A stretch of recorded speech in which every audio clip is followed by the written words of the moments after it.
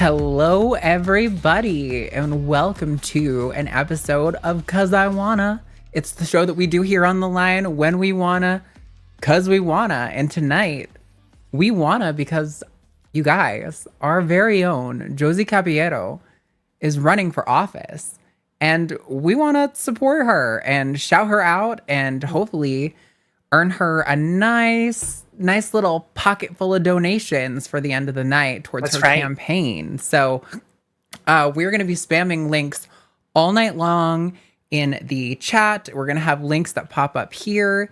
You can see that the link is secure.actblue.com/donate/Zerba. That's going to be up here. That's in the description and it's in the chat. We're going to be shouting out people's first names who donate. So hopefully that shouldn't be able to dox anyone. And we'll be having some fun with it. Maybe we'll do some air horn sound effects. Ooh, yeah. Just to help you guys celebrate. We'll have a good time. Hopefully that's not too loud. That's super loud in my ear, but I don't think it's the same for everyone else. No, it's not too loud. It's fine. Yeah, so Josie, tell us, what are you running for, first of all? Yeah, and I just want to let everyone know we are going to be taking calls too. So this isn't just about me, but we are going to be starting with this. So if you are wanting to talk about things, I'm here. Let's go. Let's do it. So what am I running for? I'm running for Montgomery County Council at large here in the great state of Maryland.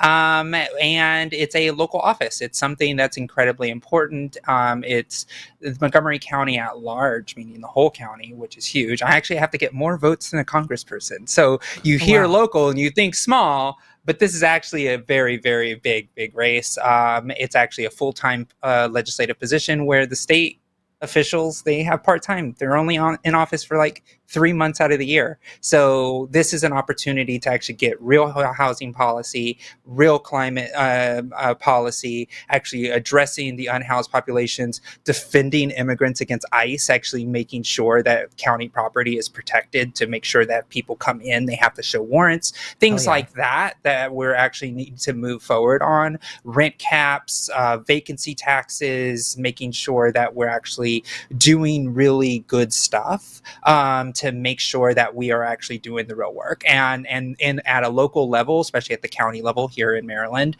it is a big deal.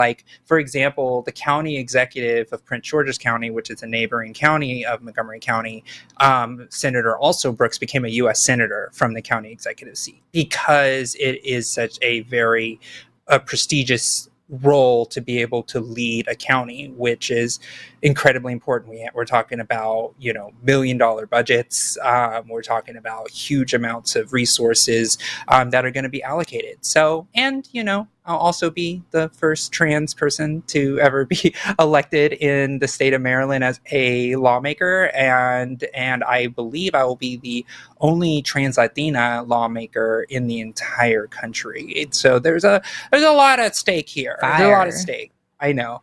That's not why I'm running. It just happens to be the fact. That's just bonus. That's just a little extra. Yeah. Absolutely. I absolutely love that because we talk a lot about in sort of theory, in a hypothetical, that how important these local elections are as opposed to the national elections, for your Congress people and the president and all of that stuff. Even here on the line, I would say that we spent a good majority of our time during the election cycle talking about the presidency, right?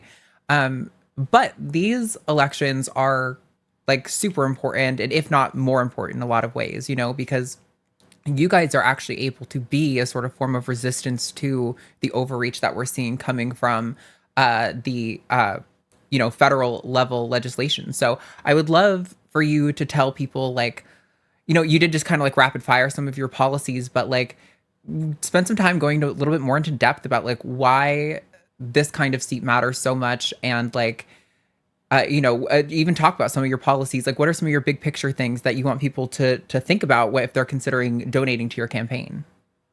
Yeah, absolutely. And just let people know, we are going to be doing calls after this. So we're just going to continue to have this quick conversation. So, So one of the things about me in particular and about this race and why it's important to have people from all walks of life to be in office, I always like to say that with my background as a veteran, I served on in the United States Navy. I was a reactor operator, so I actually operated reactors. And yes, that's exactly what it sounds like. I had my hand on the power, pulling rods out of the reactor, that type of stuff.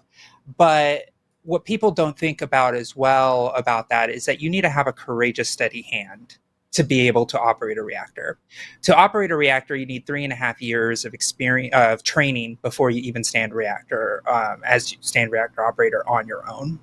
And when you are starting up a reactor, even shutting down a reactor, or if you are just in maintenance procedures and our operations when shit hits the fan, there's a lot of eyes that are watching. I remember the time I was starting a reactor after it was shut down for a very long time, which makes things a little bit more dicey because things have to be colder. So you have to heat things up at a certain rate. And I had the admiral of the fleet, the one that was there. I had the captain. We had the XO, which is like the commanding officer, second in charge on the ship. And then I had the reactor officer. I also had the person that was the officer standing watch, as well as many other people that were learning at the same time. And everybody's watching you, and it's like this room is the size of the bedroom. Like, it's not a very big room, but this is panel there, and everybody's watching, and they're waiting for you to say what you're going to do next. And where like the captain of the ship is like, all right, reactor operator, what are you going to do next? And you have to be able to know that answer. There's no hesitation that you really can do. You just got to give the answer. It's like, okay, I'm doing this. Boom, boom, switch, point, read, operate, boom. You flip the switch, and that's what you do. You do it with confidence, and you make sure that you know what you're doing to be able to do that. You can't be shaky. There's no halfway to switch. You can't be waffly. You can't be like, oh my gosh, if I mess it up, I'm gonna. You have to just know it, and that is what I feel. A courageous, steady hand looks like is that you know what you're going to do, you know the downstream effects, you know why you're making the move, and you need to be able to flip the switch and know exactly what happens. And another thing as well is that you also have to know what to do when the shit hits the fan. Like when you're under attack, when you're at war, like if there's a fire, if there's people screaming outside because the freaking pipe burst, you have to be able to stay confident and be like, okay, I need to do the thing. Mm-hmm. And the role is taken so seriously that if we were ever boarded as a ship, they would have handed me a 9mm and said, you protect this with your life. Okay. So for me, when I think of like social issues, even though they're very difficult issues, like, yeah, they seem like they're big and there's stuff like that. But when you're like in a wartime scenario, like those issues are much smaller in comparison when you literally have people on the line at your fingertips when you're just sitting there standing these watches. And I know a lot of you have probably seen me on the show here and have seen this on the shelf here, but this is not something they just give away.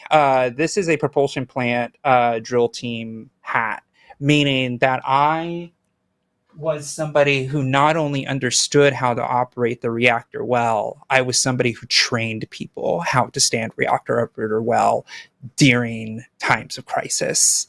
So right now in our government, shit's on fire. Flooding is happening. The ship is going down. Democracy, everything that we care about is literally going under. And we need people who are willing to actually take it on and actually do the job with courage and not think about, oh, what am I going to do when I get there? Fuck that. Fuck that. We work too hard, especially as people like myself, this is why it's important for marginalized communities to run for office. We have to work 10 times as hard for every marginalized identity you have. 10 times harder because you're a woman, 10 times harder because I'm trans, 10 times harder because I'm a woman of color, 10 times harder because I'm also queer. Like, let's be honest. I have to prove myself every day, and the only way I can prove myself is doing the job well. So now that I'm going in here and going into those spaces and going into this seat, I already know what needs to be done. So let me fucking do it.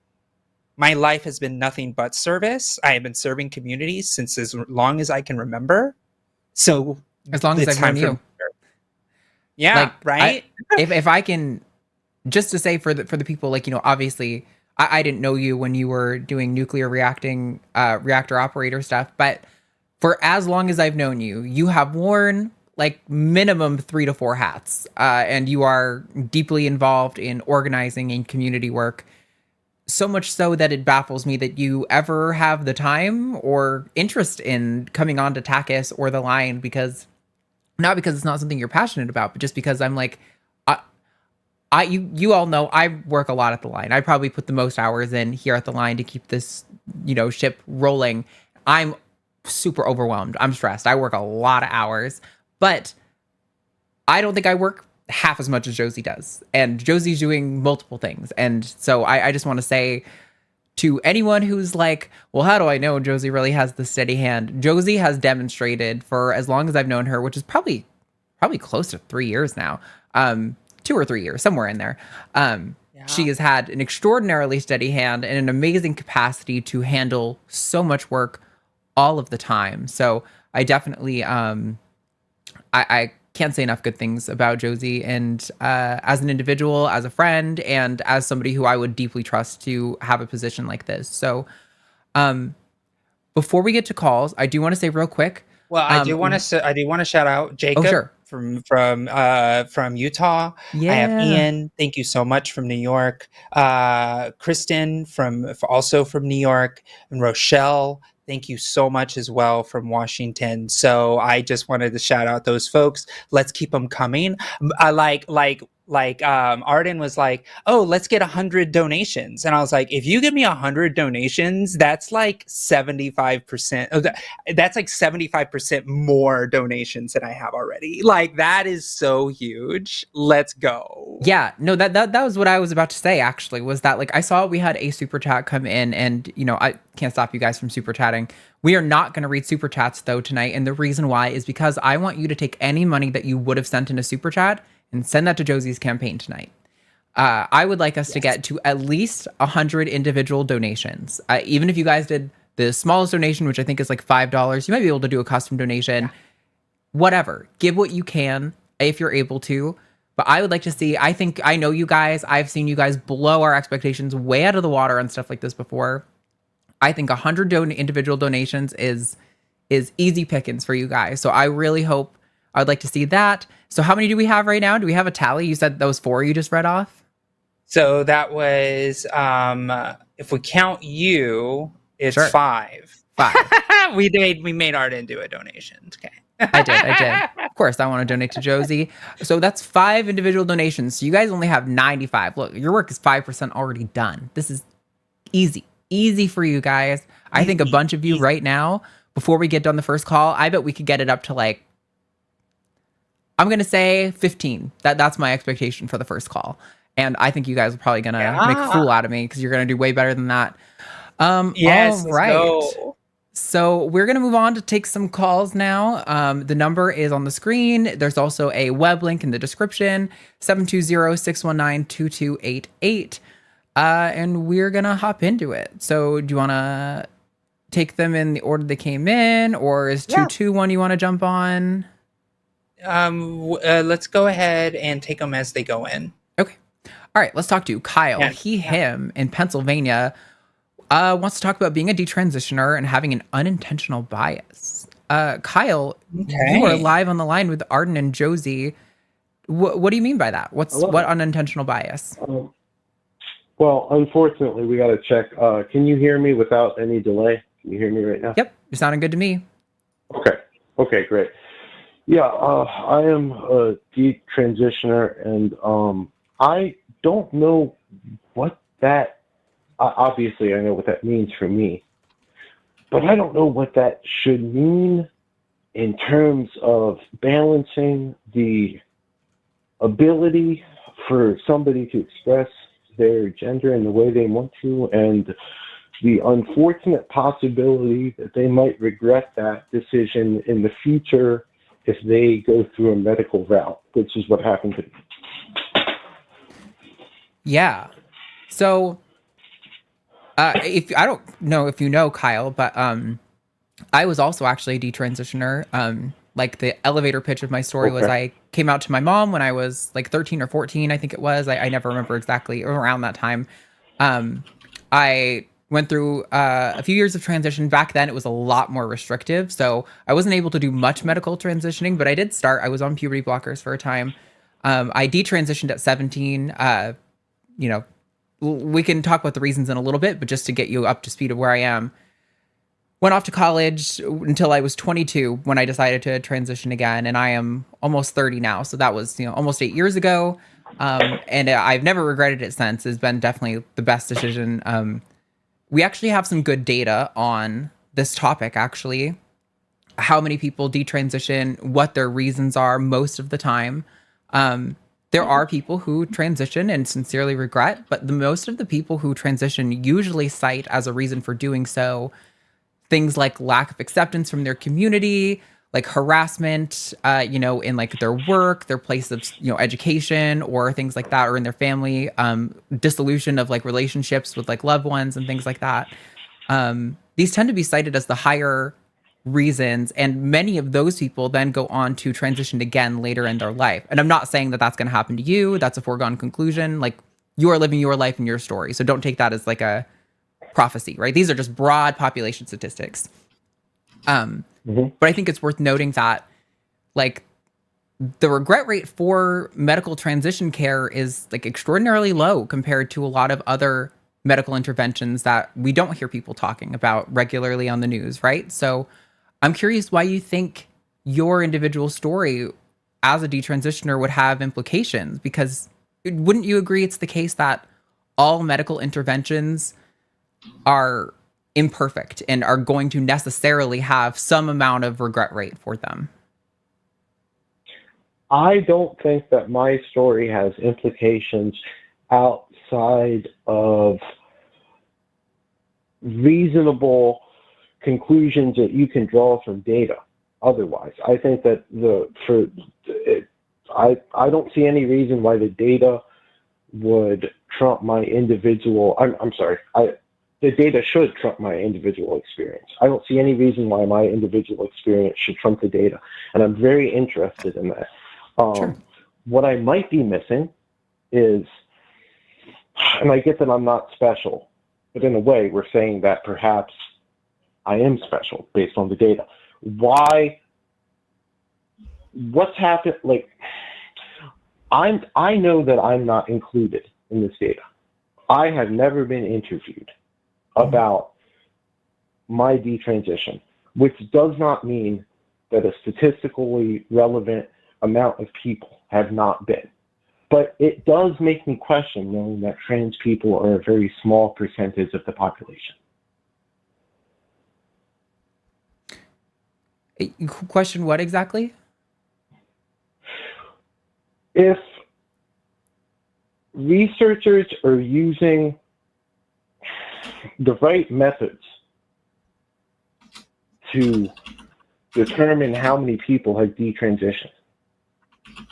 Okay. So my understanding is, and this is actually super relevant to Josie, so I'm sure she's itching to jump in here, is that I think it's probably fair to say that at least one of the biggest sources is the U.S. Trans Survey, which I know Josie was heavily involved in. I think a fair criticism of the U.S. Trans Survey could say that the sample is a convenience sample, right? This is an online a questionnaire that has to be filled out. However, my counter to that, and why I don't think it actually negates the quality of the data, is because the sample size is so massive, right? This is something that you get taught when you're learning research in like school. I got a degree in psychology, and something we talked about was how when we had massive sample sizes, it could do a lot to outweigh any negative impacts that come from like a convenience sample. Primarily because that data is going to be super representative the larger the population gets. And so in the case of the US Trans Survey, the one I'm referencing was the 2015 one, which had 36,000 participants, if I'm remembering correctly. And Josie, how much? 27,000. Oh, 27,000. Okay, it was close to 30. Yeah. But the one that you just did, that's still, I don't think it's completely released yet. We have some data from it. Well, we got the health report out now. So Okay. we were able to get 92,000 respondents roughly across the United States, every state, every US territory. And what we were able to find out is that 97% of people who have gone through transition, even socially, are more satisfied with life. 98% with hormone care and 98% with surgical care as well. And what we're able to glean off that data is that it is life-saving healthcare, because we also are able to verify with that data set as well that people's health outcomes are also improve with mental health as well. So the Okay, I'm sorry. I just want to that clarify what you were talking about with healthcare there. Are you saying that the data, Sure. some of the data came from people's health records?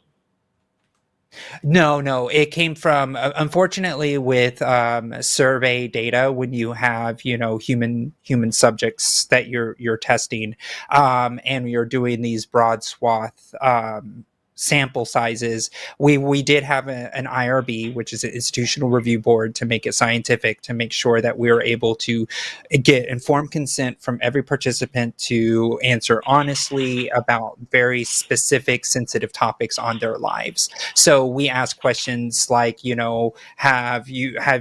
are you feeling okay today? Have you had thoughts of hurting yourself? Like, we were able to ask those questions to be able to see what people's health outcomes at that time, and we're able to pinpoint that from the data of when they transitioned, and be able to do a comparative sample between people who have already transitioned or people who are still in their transitional process. There is so much ways that we can slice up this data, but it's on ustranssurvey.org.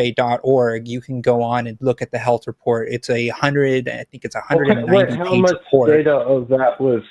I will look that up, and I won't speak about it too much without looking into it. But if you could tell me, Sure. how much of that data was on people that detransitioned? I don't have that number directly in front of me, but we do have data that shows that if people did detransition, we did ask questions about for what reasons, and most of the time it is because of social pressures that force people to go back into the closet. That seems to be the number one cause for that. Okay, and especially, I don't know if that is, but I'm willing to accept for the sake of conversation either way, but especially if it's based on that survey of 27,000 people, I don't find that insignificant. 92, 92,000. Okay, I thought there was 27,000. Either way, it's well, that was the first survey. But we did too, yeah. Sure. I can, like I said, that's not insignificant to me. If I take that as true, that means that my detransition, which was not socially pressured, is in the minority, which is, I don't know. I don't know what that means, other than it's in the minority. Well, I will say, Kyle, statistically, you might be able to say that it's a minority of your experience for sure. But I also think that I think people in your position are definitely underrepresented in the media in a fair way. You have those people like Chloe Cole who are going around being like, a doctor stole my breasts, I was a victim, I was a child kind of mentality, and that's just silly. I don't have anybody in the media that's representing my perspective that I've heard. That's what kind of my point is. I've heard people say, if you let me continue for just a second, I think it will give a lot of context, hopefully. Sure. I've heard people say that they were wronged by the medical system, and to some extent, I can understand that perspective. I don't think I was wronged by the medical system. I think that perhaps they thought that they were doing what was right. What happened to me, I feel, is that I experienced gender dysphoria, as in assigned male at birth person. And I experienced gender dysphoria in a way that when I ask myself if I want to be a female or if I want to be a male, undoubtedly the answer was that I wanted to be female at a certain age, and that motivated me in a way that gave me joy and was not any of this, what do they call it, autogynephilic kind of theory. Nothing about that. There's no sexual motivation at all. And then I experienced gender dysphoria in the same way, but maybe you could say reverse gender dysphoria, that I wanted to be male in the same way that it gave me joy. And it made me regret transitioning. And that's just unfortunate. And I hope, to me, the goal is that we can, even in somebody taking HRT, to alleviate the symptoms of gender dysphoria. The idea is to alleviate suffering. And so I hope that nobody, it's just unfortunate. And I don't know. 100%. I'm pretty sure we don't know the cause of gender dysphoria. Pretty sure we don't know the cause, right?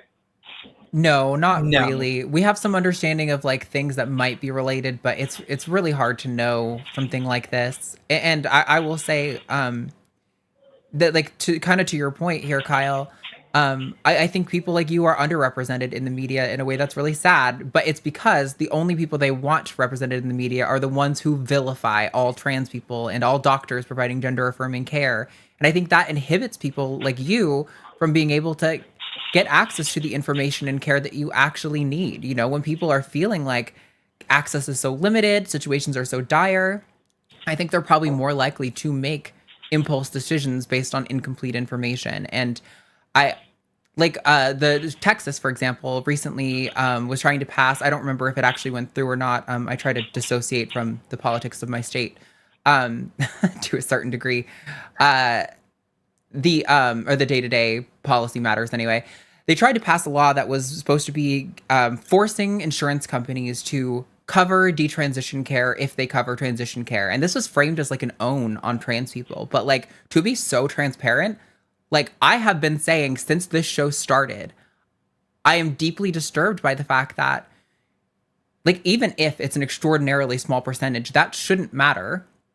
The goal should be that you have a happy, healthy life, that you are comfortable in your own skin to the best extent that you can be, and that we give you the tools to get to that place, whether that means you are detransitioning or transitioning. And so I fully support insurance companies being forced to cover detransition care if that's needed.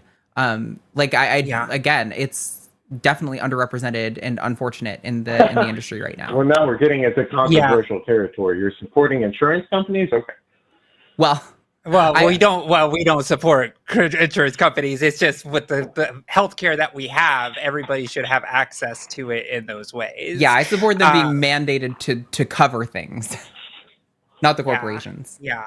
Sorry, Josie. Go ahead. So, and Kyle, I just want to say that I'm sorry that this happens. And honestly, there are a lot of non-binary people. In fact, one of the hosts on this show has described doing the transition, realizing that it went too far one way, and then deciding to go back the other way in their own way to make sure that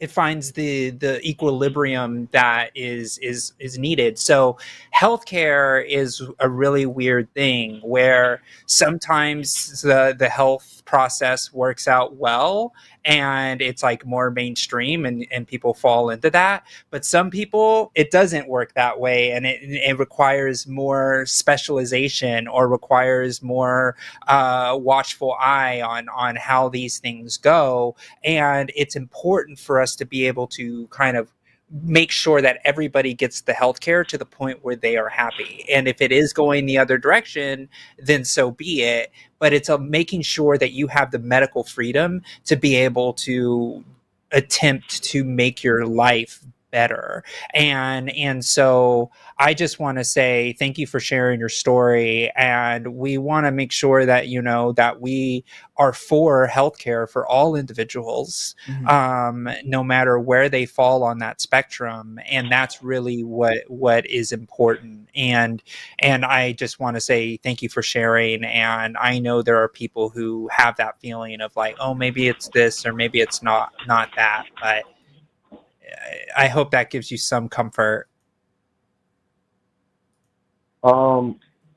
Yeah, I, you know, to some, no, look, we're on the same page here. I just, Great.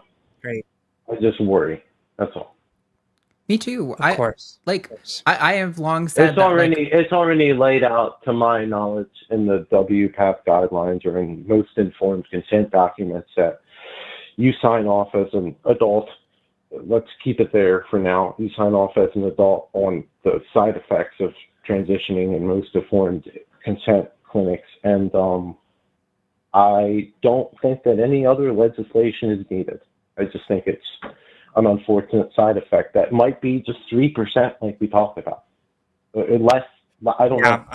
It's more like 1%, but it is something that we need to take care of, that small minority of people that it doesn't take, right? Yeah. And I think that's important. So, it doesn't matter how few people, I know Forrest has made this comparison a lot, but a lot of people will be like, oh, trans people are such a small population, or 1% of the general population. And it's like, yeah, but that's the size of Russia. Like, and I'm sure the size of the population who is detransitioners, if you totaled them all up, would amount to a relatively large population on their own as well. And like that, you know, those are individual people with real lives. That's meaningful. And so I definitely agree that like the conversation needs to be broadened. And unfortunately, I think it is an effect of conservatives who are trying to villainize trans people, to misrepresent trans healthcare and trans lives, that is causing the focus to be so singularly on trans people and access to transition care. And we can't even talk about like the real medicine. And that's for medicine broadly. You know, they're attacking vaccines as much as they're attacking trans healthcare. So maybe not as much, but close to. So this is definitely a problem with conservative administrations in general. But we do have some other callers we're going to have to move on to here, Kyle. But I do want to give you the last word if you have anything else you want to say. Well, nothing really, but based on what you just said, I can't say that I really disagree. But in terms of conservative and liberal, I hope we all realize that making an independent party is the way to go. And you know, George Washington said that. You can look it up. And, you know, love all people. Mr. Rogers should be your role model. No bad ethics. Keep living. Love and live. You live and you learn. Let's do it. Right on, Kyle. Oh, thanks, Kyle. Appreciate you. Dropped himself right out of here like a hot rock.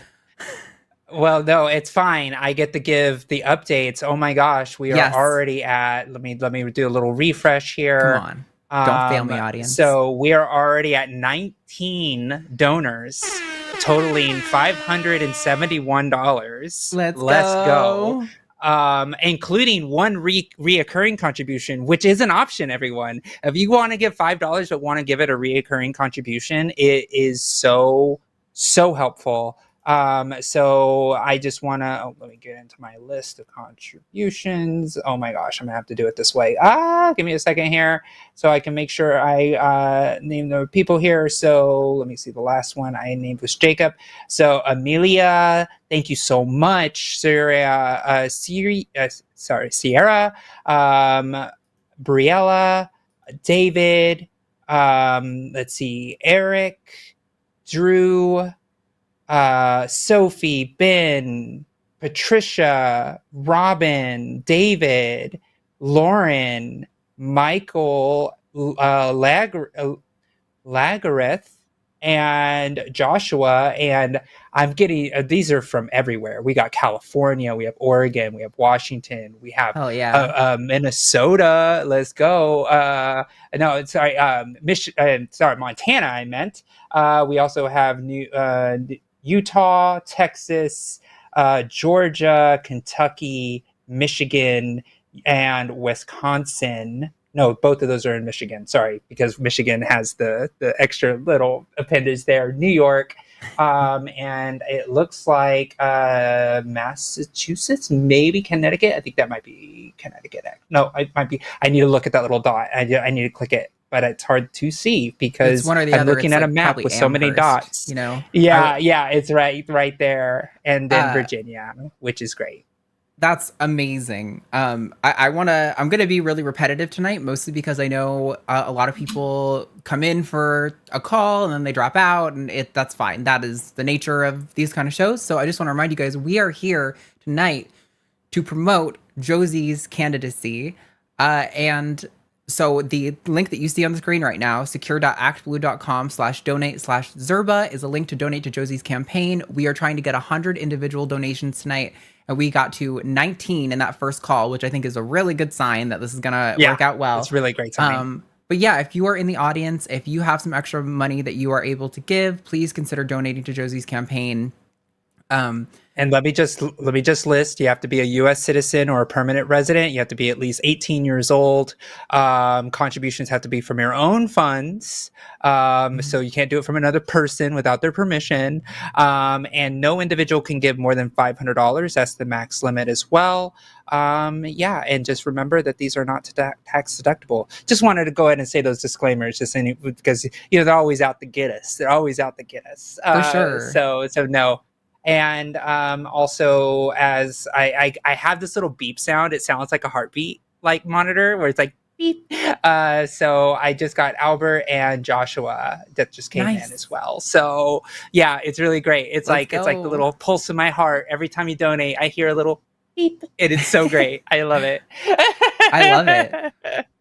Well, we do have more calls on the line. We were going to jump into those here real soon. Go. I think, all right, if we're at like 21, I think you guys could crack 35 before the next call's done. So if you're listening, go over secure.actblue.com/donate/Zerba. The link is on the screen. Link is in the chat. Link is in the description. So all the places you need to get access to it, please do consider going and donating now. But until then, we have got a new fan of the line, recurring caller Andrew in New Jersey, pronouns are he, him, wants to talk about Josie's policies such as immigration. Ooh. And considering I know where Andrew's coming from, this will be an interesting call. So Andrew, you are live. What's going on? Talk to us. Oops. Oh, I didn't bring you live. I hit the button. I'm so sorry, Andrew. I know, it Andrew, happens. You are live with Arden and Josie now for real. What's going on? How y'all doing? Doing all right. Doing well. All right. You ain't no background noise this time or nothing like that? No, your audio's a lot cleaner. No, it sounds really great. Sounds nice. Okay. When you said about the immigration, you said that you want to protect migrants from ICE. Can you elaborate on that? Sure. So the county council, unfortunately, I don't have a magic wand to like make ICE go away or anything. But for Montgomery County Council, we would actually have access to like police as well to make sure that we have like rules of engagement type situations. But the big thing that we actually are exploring right now is actually creating safe places within the county that are county controlled. So such as libraries, public buildings that are county controlled. And if a federal agent tries to then go onto that property to try to abduct someone, they would be forced to show a warrant. Right now, what is happening is people are getting abducted without showing warrants. And we want to make sure that we would mandate a federal official, if they're coming onto county property, to then have to force them to show a warrant before they take an individual. So that's one idea that we are positing to actually try to protect people. So you're not against deportation. You just want them to show documentation. You're not against deporting, like you're not against deportation in general. Well, I mean, there is a place for it, but it's not. I do not like the way they're doing it now with no due process. There's no courts. They're just ripping people from their cars. They are not letting people show their documents, as they literally take them away and take them to other states and detaining them. We have laws in place, and we've had them for a long time, where if you commit a heinous crime, like you have to go, like things like that. There is a legal process.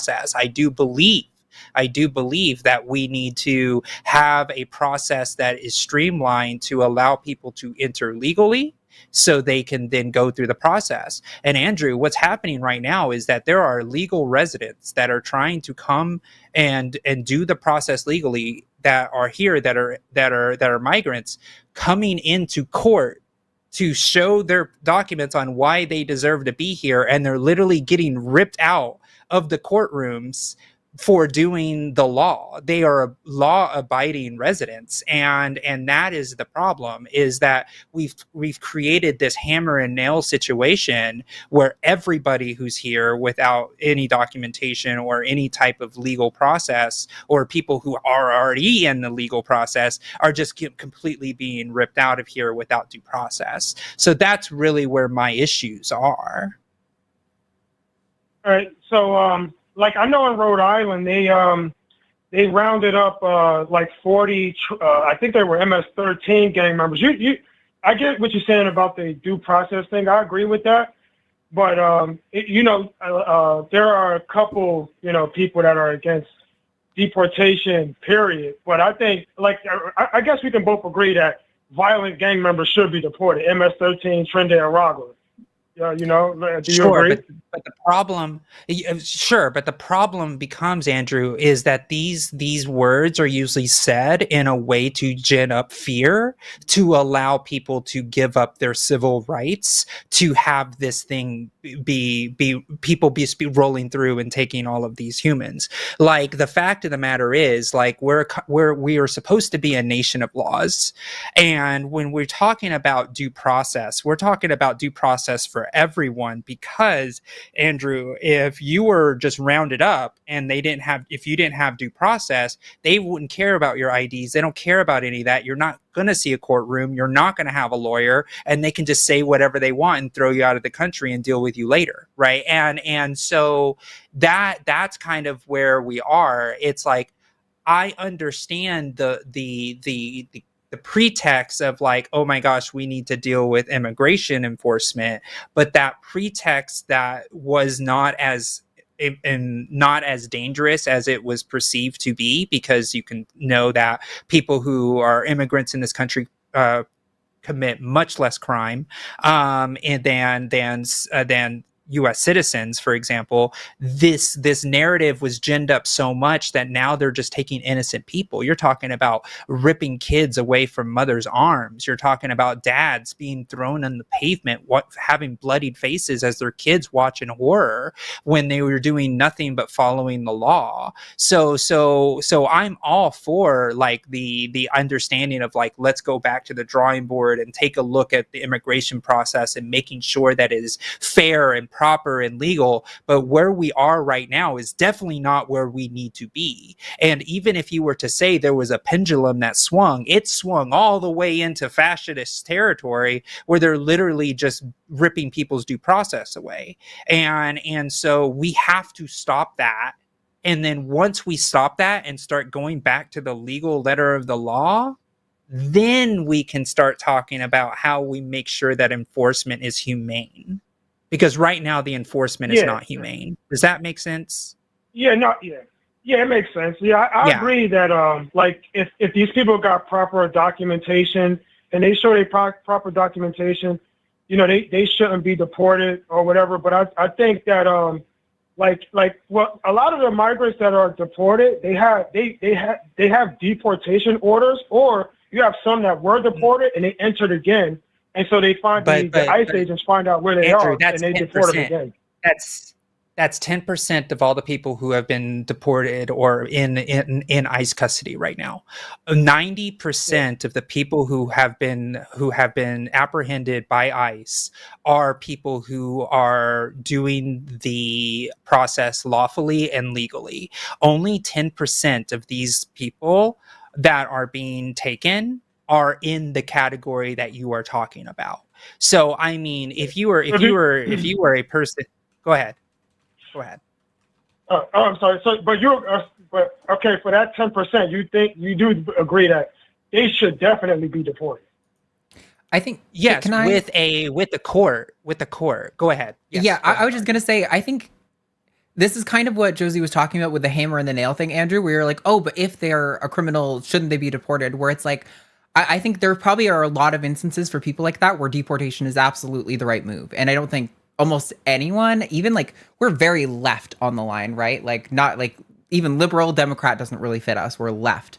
And even most of us, I think, would agree that there's probably a lot of circumstances where if an individual fits that description and that's actually been demonstrated in a court of law, that they probably do deserve to be deported. But I don't think it should be the one-stop all solution for all those cases. There are probably a lot of cases where maybe prison is the preferred solution. Maybe there's some other solution that I'm not thinking of that you're not thinking of. I think it's a mistake to come to like Josie is saying, this, when you have a hammer, everything's a nail kind of mentality where it's like, oh, deportation is our hammer. Now every immigrant is the nail and we're just going to hit them all with the same nail, no matter what the circumstances is. And I think we're just asking for a little bit more of a measured approach, like let's actually let the court of law do its thing. Let's let due process do its thing. And if they determine that this person should be deported, then so be it. And if they determine that, legally that they should be deported, so be it. And if they determine that some other solution is preferable, then I would rather trust an objective judicial system than the whims of the Orange Menace.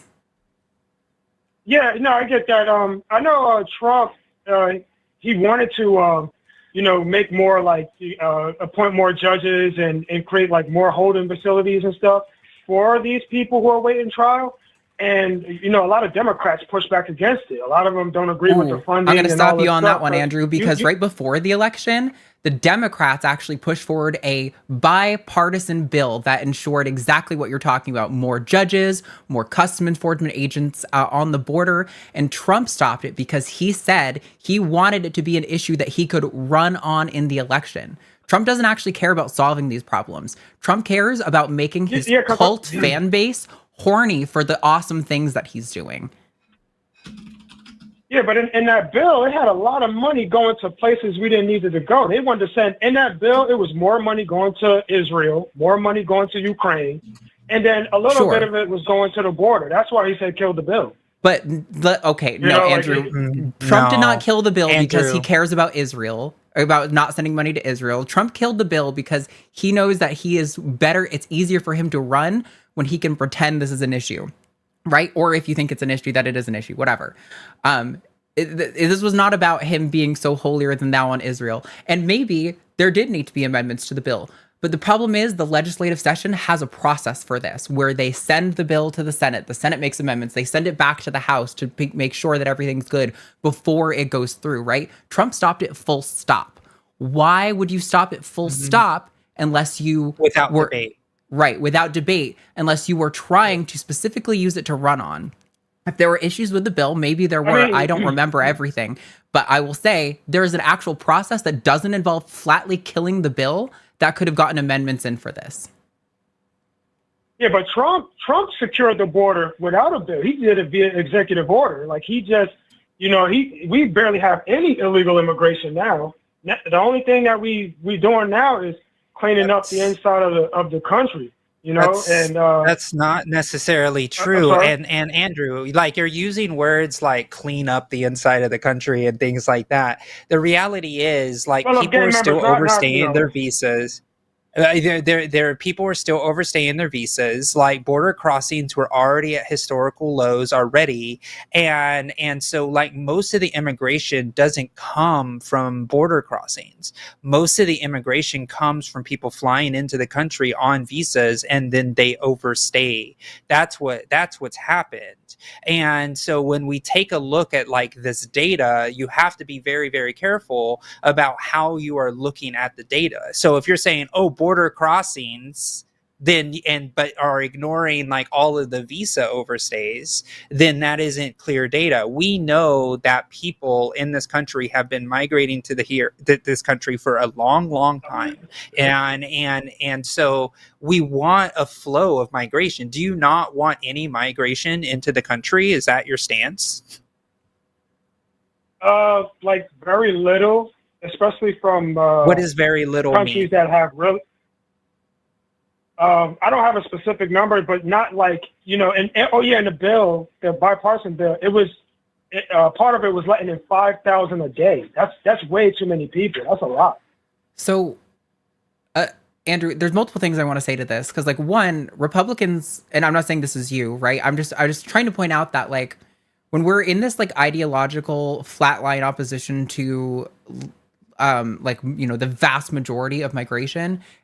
Like people on the right talk a lot about fears about the declining birth rate, right? And one way that countries can compensate for that is by allowing a healthy flow of migration. I also think it's worth noting that only like a handful of decades ago, the thing America was most proud about was being called the Great American Melting Pot, which was because we were a nation of immigrants. Ellis Island was one of the most like incredible things we used to have for immigration, where people were able to come in and get work permits super easily, and they were able to get vetted so efficiently. Like, I completely understand that if we're going to have people coming into the country, there should be some degree of process that they're being evaluated to make sure that they're not criminals, that they're not dangerous, right? That they're not going to hurt anyone, that they're going to contribute to the country. But when we're saying like, oh, let's not accept immigrants from countries where there are lots of crime, that sounds like a really slippery slope to racism, Andrew. Yeah, Andrew. Like, there's good people everywhere. Okay, so like, yeah, wouldn't you agree that there's good people everywhere? So why would we create a measure that says so if we have an immigration process that is vetting people, why would we have to put some blanket ban on countries? Well, some countries are extremely dangerous. Like I know Trump. So all those people from those countries are all bad? No, not all of them. But when Trump did, so why can't we vet them? Why can't we vet them, Andrew? Well, why do you have so little faith in our ability as Americans to be able to know who's coming into our country or not? How would you? That's why we send. That's why there's court. No, I'm saying, what would you ask to vet people from countries with high terrorism? Well, I don't think we necessarily have to rely on just the answers to their questions. We live in an age of mass surveillance. I think that the government has lots of tools at their disposal to do. Yeah, we already do that. Oh, yeah, exactly. We already referenced like their crime record in the countries that they've come from. We're not relying on them being like, I promise I'm a very good person. Like we're going through their records and saying, oh, this person has committed crimes. What kind of crimes did they commit? Do they pose a risk to other American people? Like, these are the kinds of things that we should be asking. To just say flatly, like, oh, this country has a lot of crime, therefore we don't want to let any of those people in. Again, it just sounds more like racism to me than like actual critical thinking. Andrew, it's not. Like you have to realize. And let me just go real quick, Andrew. Sorry. With this process, this is not easy. Right? There is no way to make this easy as a process. That's why we're supposed to elect really good people into office that understand how to actually legislate and actually put good people into place. The fact of the matter is, we are in a system right now where they'd rather close the border to certain people because of vibes of the country, rather than actually saying, no, we're going to do our best to bring the best and the brightest into this country, or people who are escaping violence. There are tons of people who are turned away from asylum because they go in and they vet the story, and then they go in front of a judge and they say, actually, when we actually saw all your legal stuff, it's actually not true and it's completely fabricated. Goodbye.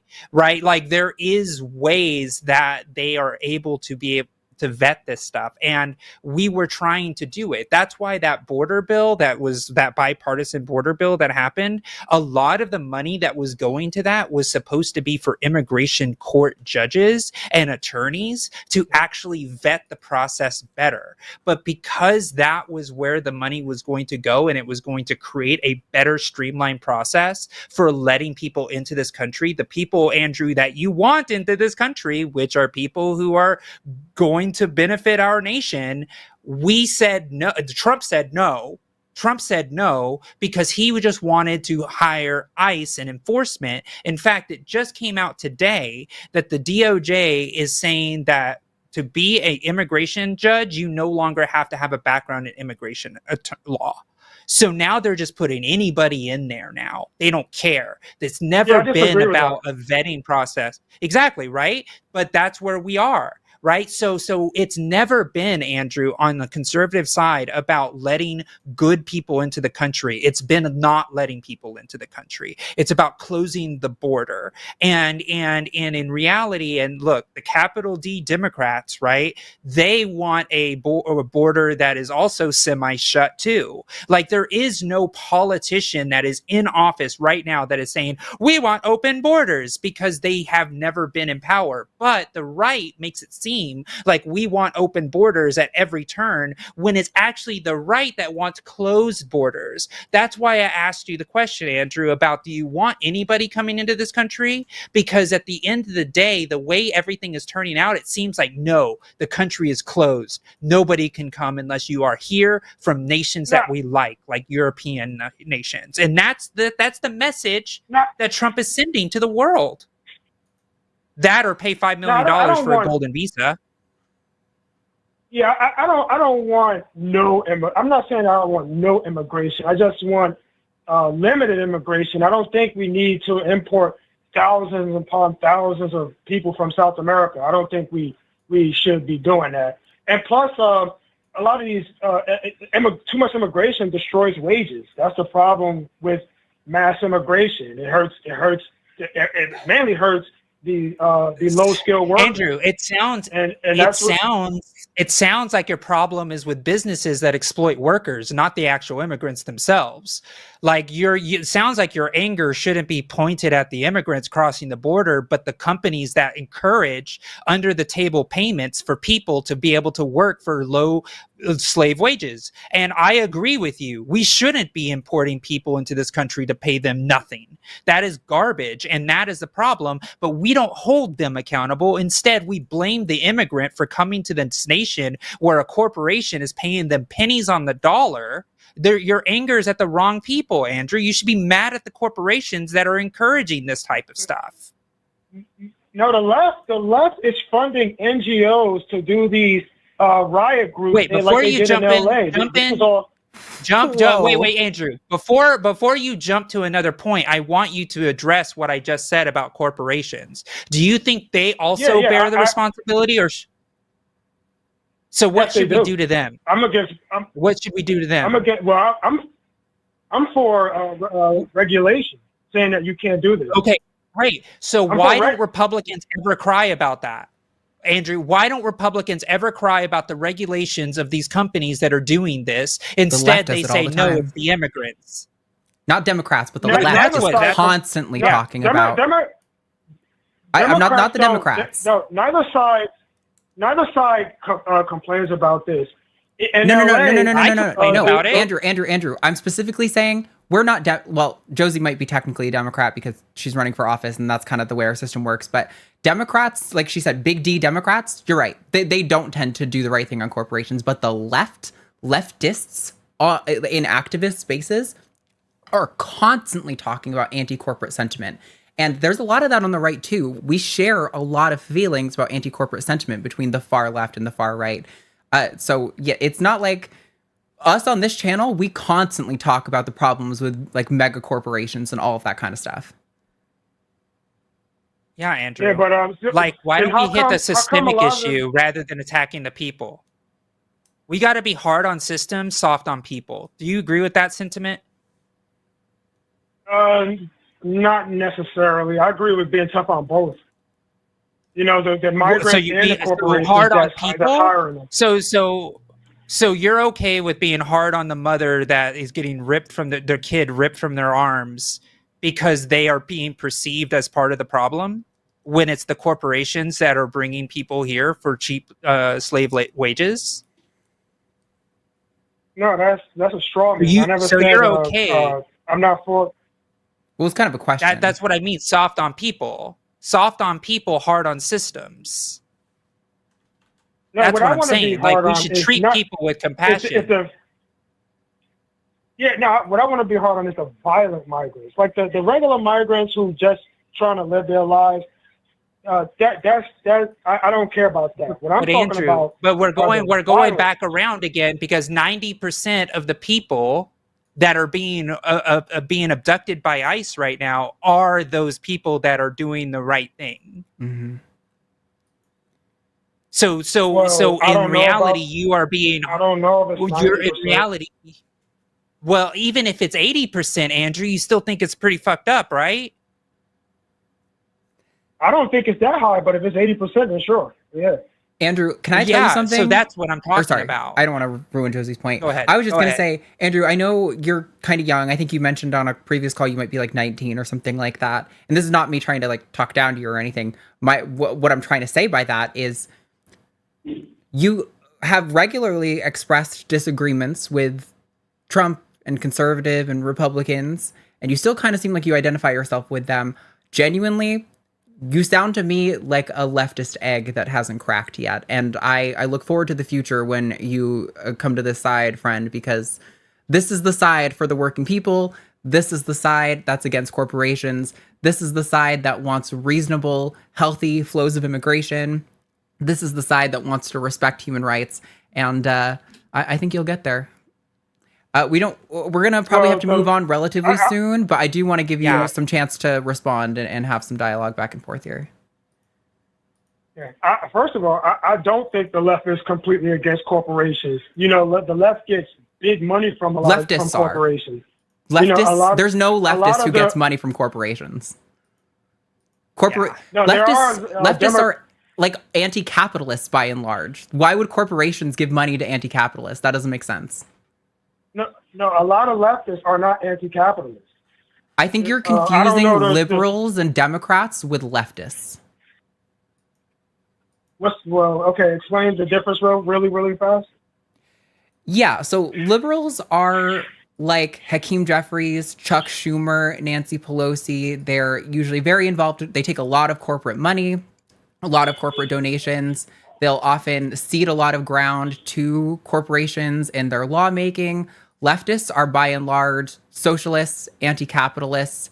They're more for social safety nets, much more people before corporations mentality. I mean, that is like a super, super reductionist framing on it, but like the nuts and bolts, that's how I would frame the difference between leftists and liberals. And Andrew, really quick, go ahead. So go ahead and answer this, and I want to explain something to you. I want to share a story with you. Go ahead. Go ahead, Andrew. Okay, so liberals are the more corporate Democrats, and leftists are the more like socialists and communists. Is that right? Yeah. I genuinely. Well, not sure, but not really. Yeah, I guess. Sure, communists can be sort of have baggage, but I don't really care about the label, to be honest. I just will tell you that like I hate most of the Democrats. I think Hakeem Jeffries, like I love that Charlemagne the God called him AIPAC Shakur. He's completely owned by corporate interests. Disgusting. Chuck Schumer, completely owned by corporate interests. Disgusting. Yeah. That applies to like the vast majority. I think it's something like 80% of Congress takes money from AIPAC or something ridiculously high. Pretty bad. Pretty bad. And I am vehemently opposed. Like I would not consider myself a Democrat. I vote for Democrats because they are the closest to my political thing. But like, don't get it twisted. Like they are still not close to my political orientation. Yeah. Andrew, I want to share a story with you real quick, and then we're going to have to move on. So did you know that I was a very right-wing Republican when I was growing up in conservative Texas? Did you know that? Okay. Sorry you left. So the reason Yeah. Yeah. Well, here, let me explain to you, okay? So I was pretty bad, right? I had the same immigration policies that you have, even though I'm a daughter of immigrants. I believed in social safety nets shouldn't be involved, and I'm really calling myself out. I'm doing a filth read of who I used to be. I even joined the military and served 6 years because I thought that was the thing that I was supposed to do to be a patriot in this country. And all of those things existed in my mind. I didn't critically think. I was a person who watched only Fox News because most of the time that was the only thing that was on the channels and on the ship, for example, when I was on an aircraft carrier. And I held those views all the way probably until I was like 22, 23, well, I guess 23, roughly, almost 24. And I was I started to shift my view when this happened. So earlier on the show, I talked about how I used to be a reactor operator on board the ship. So when I got out of the military, when I was in community college afterward, the Fukushima Daiichi event happened, which was a reactor meltdown, essentially after the tidal wave hit Japan. And so what I knew was the engineering reports. I knew what a bad reactor incident would be. And so I got an assignment from a teacher. It was Logic 100. It wasn't even Logic 101. It was like Logic 100. It was like the basic stuff about like what is logical arguments and things like that. The assignment was to watch a media source that was different from the one that I was used to. So what I decided to do is I was going to turn off all the media sources and just read the incident reports from the engineers on the ground at the site in Japan. So I read it and I looked at it, and then I understood everything that was happening, for how bad the casualty was, what was happening, all of that.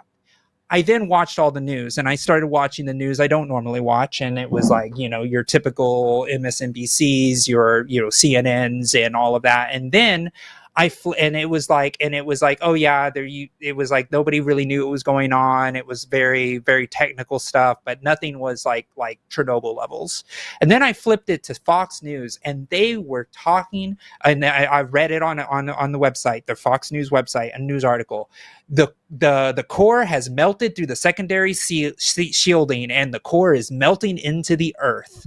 And I, in my mind, was still very like Republican pilled, and was like, oh my God, Fox News knows the real story. I'm being lied to by the engineers on the ground. Right? I was like, oh my gosh, this is a Chernobyl level event. This is the worst thing that's going to happen. Reactor power is going to be doomed for the rest of the world's existence. Like, it's over. Right? Like, it's over. So then I went to my teacher and I was like, hey, professor, why is Fox News telling the only truth here and everybody else is talking about bullshit? And then she was like, show me the article.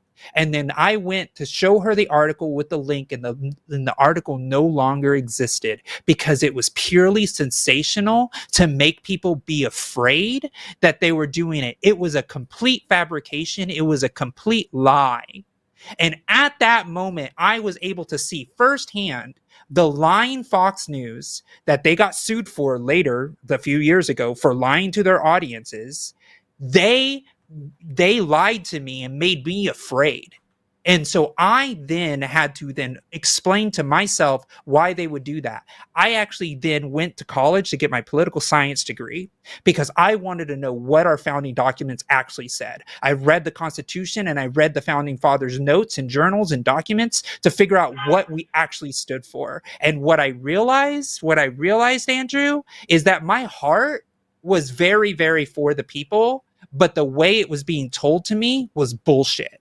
I actually learned it. I actually saw it. And then that is what converted me to now be on the left side of things, because I care about our democracy. I care about due process. I care about the things that you say you care about, which is making sure our country is secure, making sure we have our ability to actually have our residents thrive here, and actually go and use the fundamental tenets of democracy in our Constitution.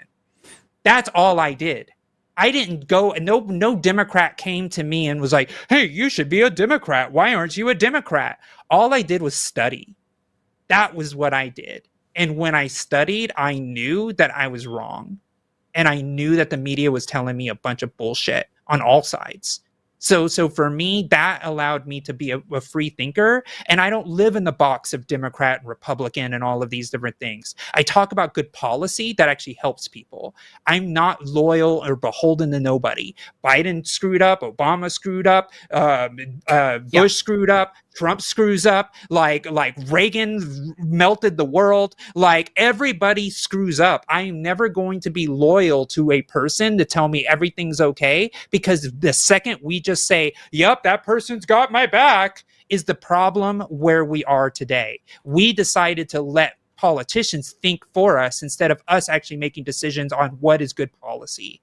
And that is how I was able to look at the world differently. And I invite you, Andrew, to do something similar. Okay.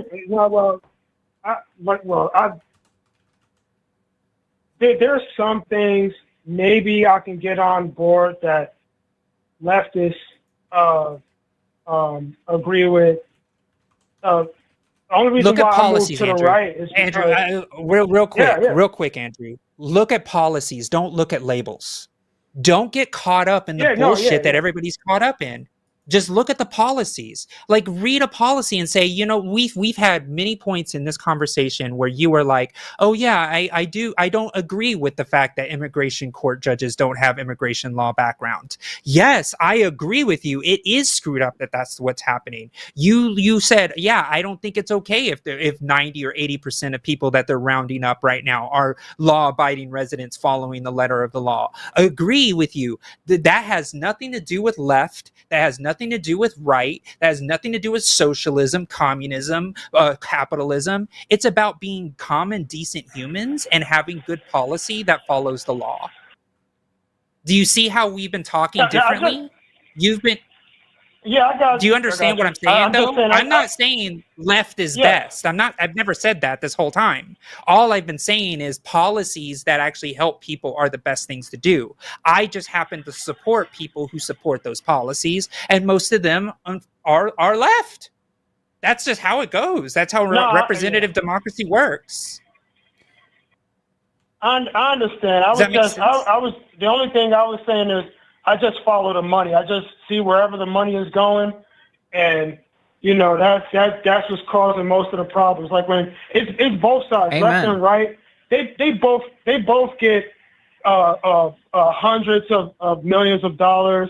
A lot of these groups, whether it be on the left or the right, these protesters, they're funded by all kinds of NGOs and different groups. Necessarily. So Andrew, here now let me point you in the real direction here again. Protesters. We need to take a look at the fact that Donald Trump has been violating the emoluments clause in the Constitution, self-enriching himself openly with corruption, with his meme coins, selling stuff. I don't want a president that's sitting there trying to sell fucking cheap ass shit on the back door, trying to make more money and billions for himself. You should look it up, Andrew. See how much Donald Trump, as the president of the United States, has made personally. That is a violation of the Constitution and the emoluments clause. And if you really believe in the Constitution, you should be more pissed off about that. I'm not talking about all, Andrew. I'm talking about specifically in the emoluments clause. It says that the president cannot do this, and he is doing it. This isn't about both sides.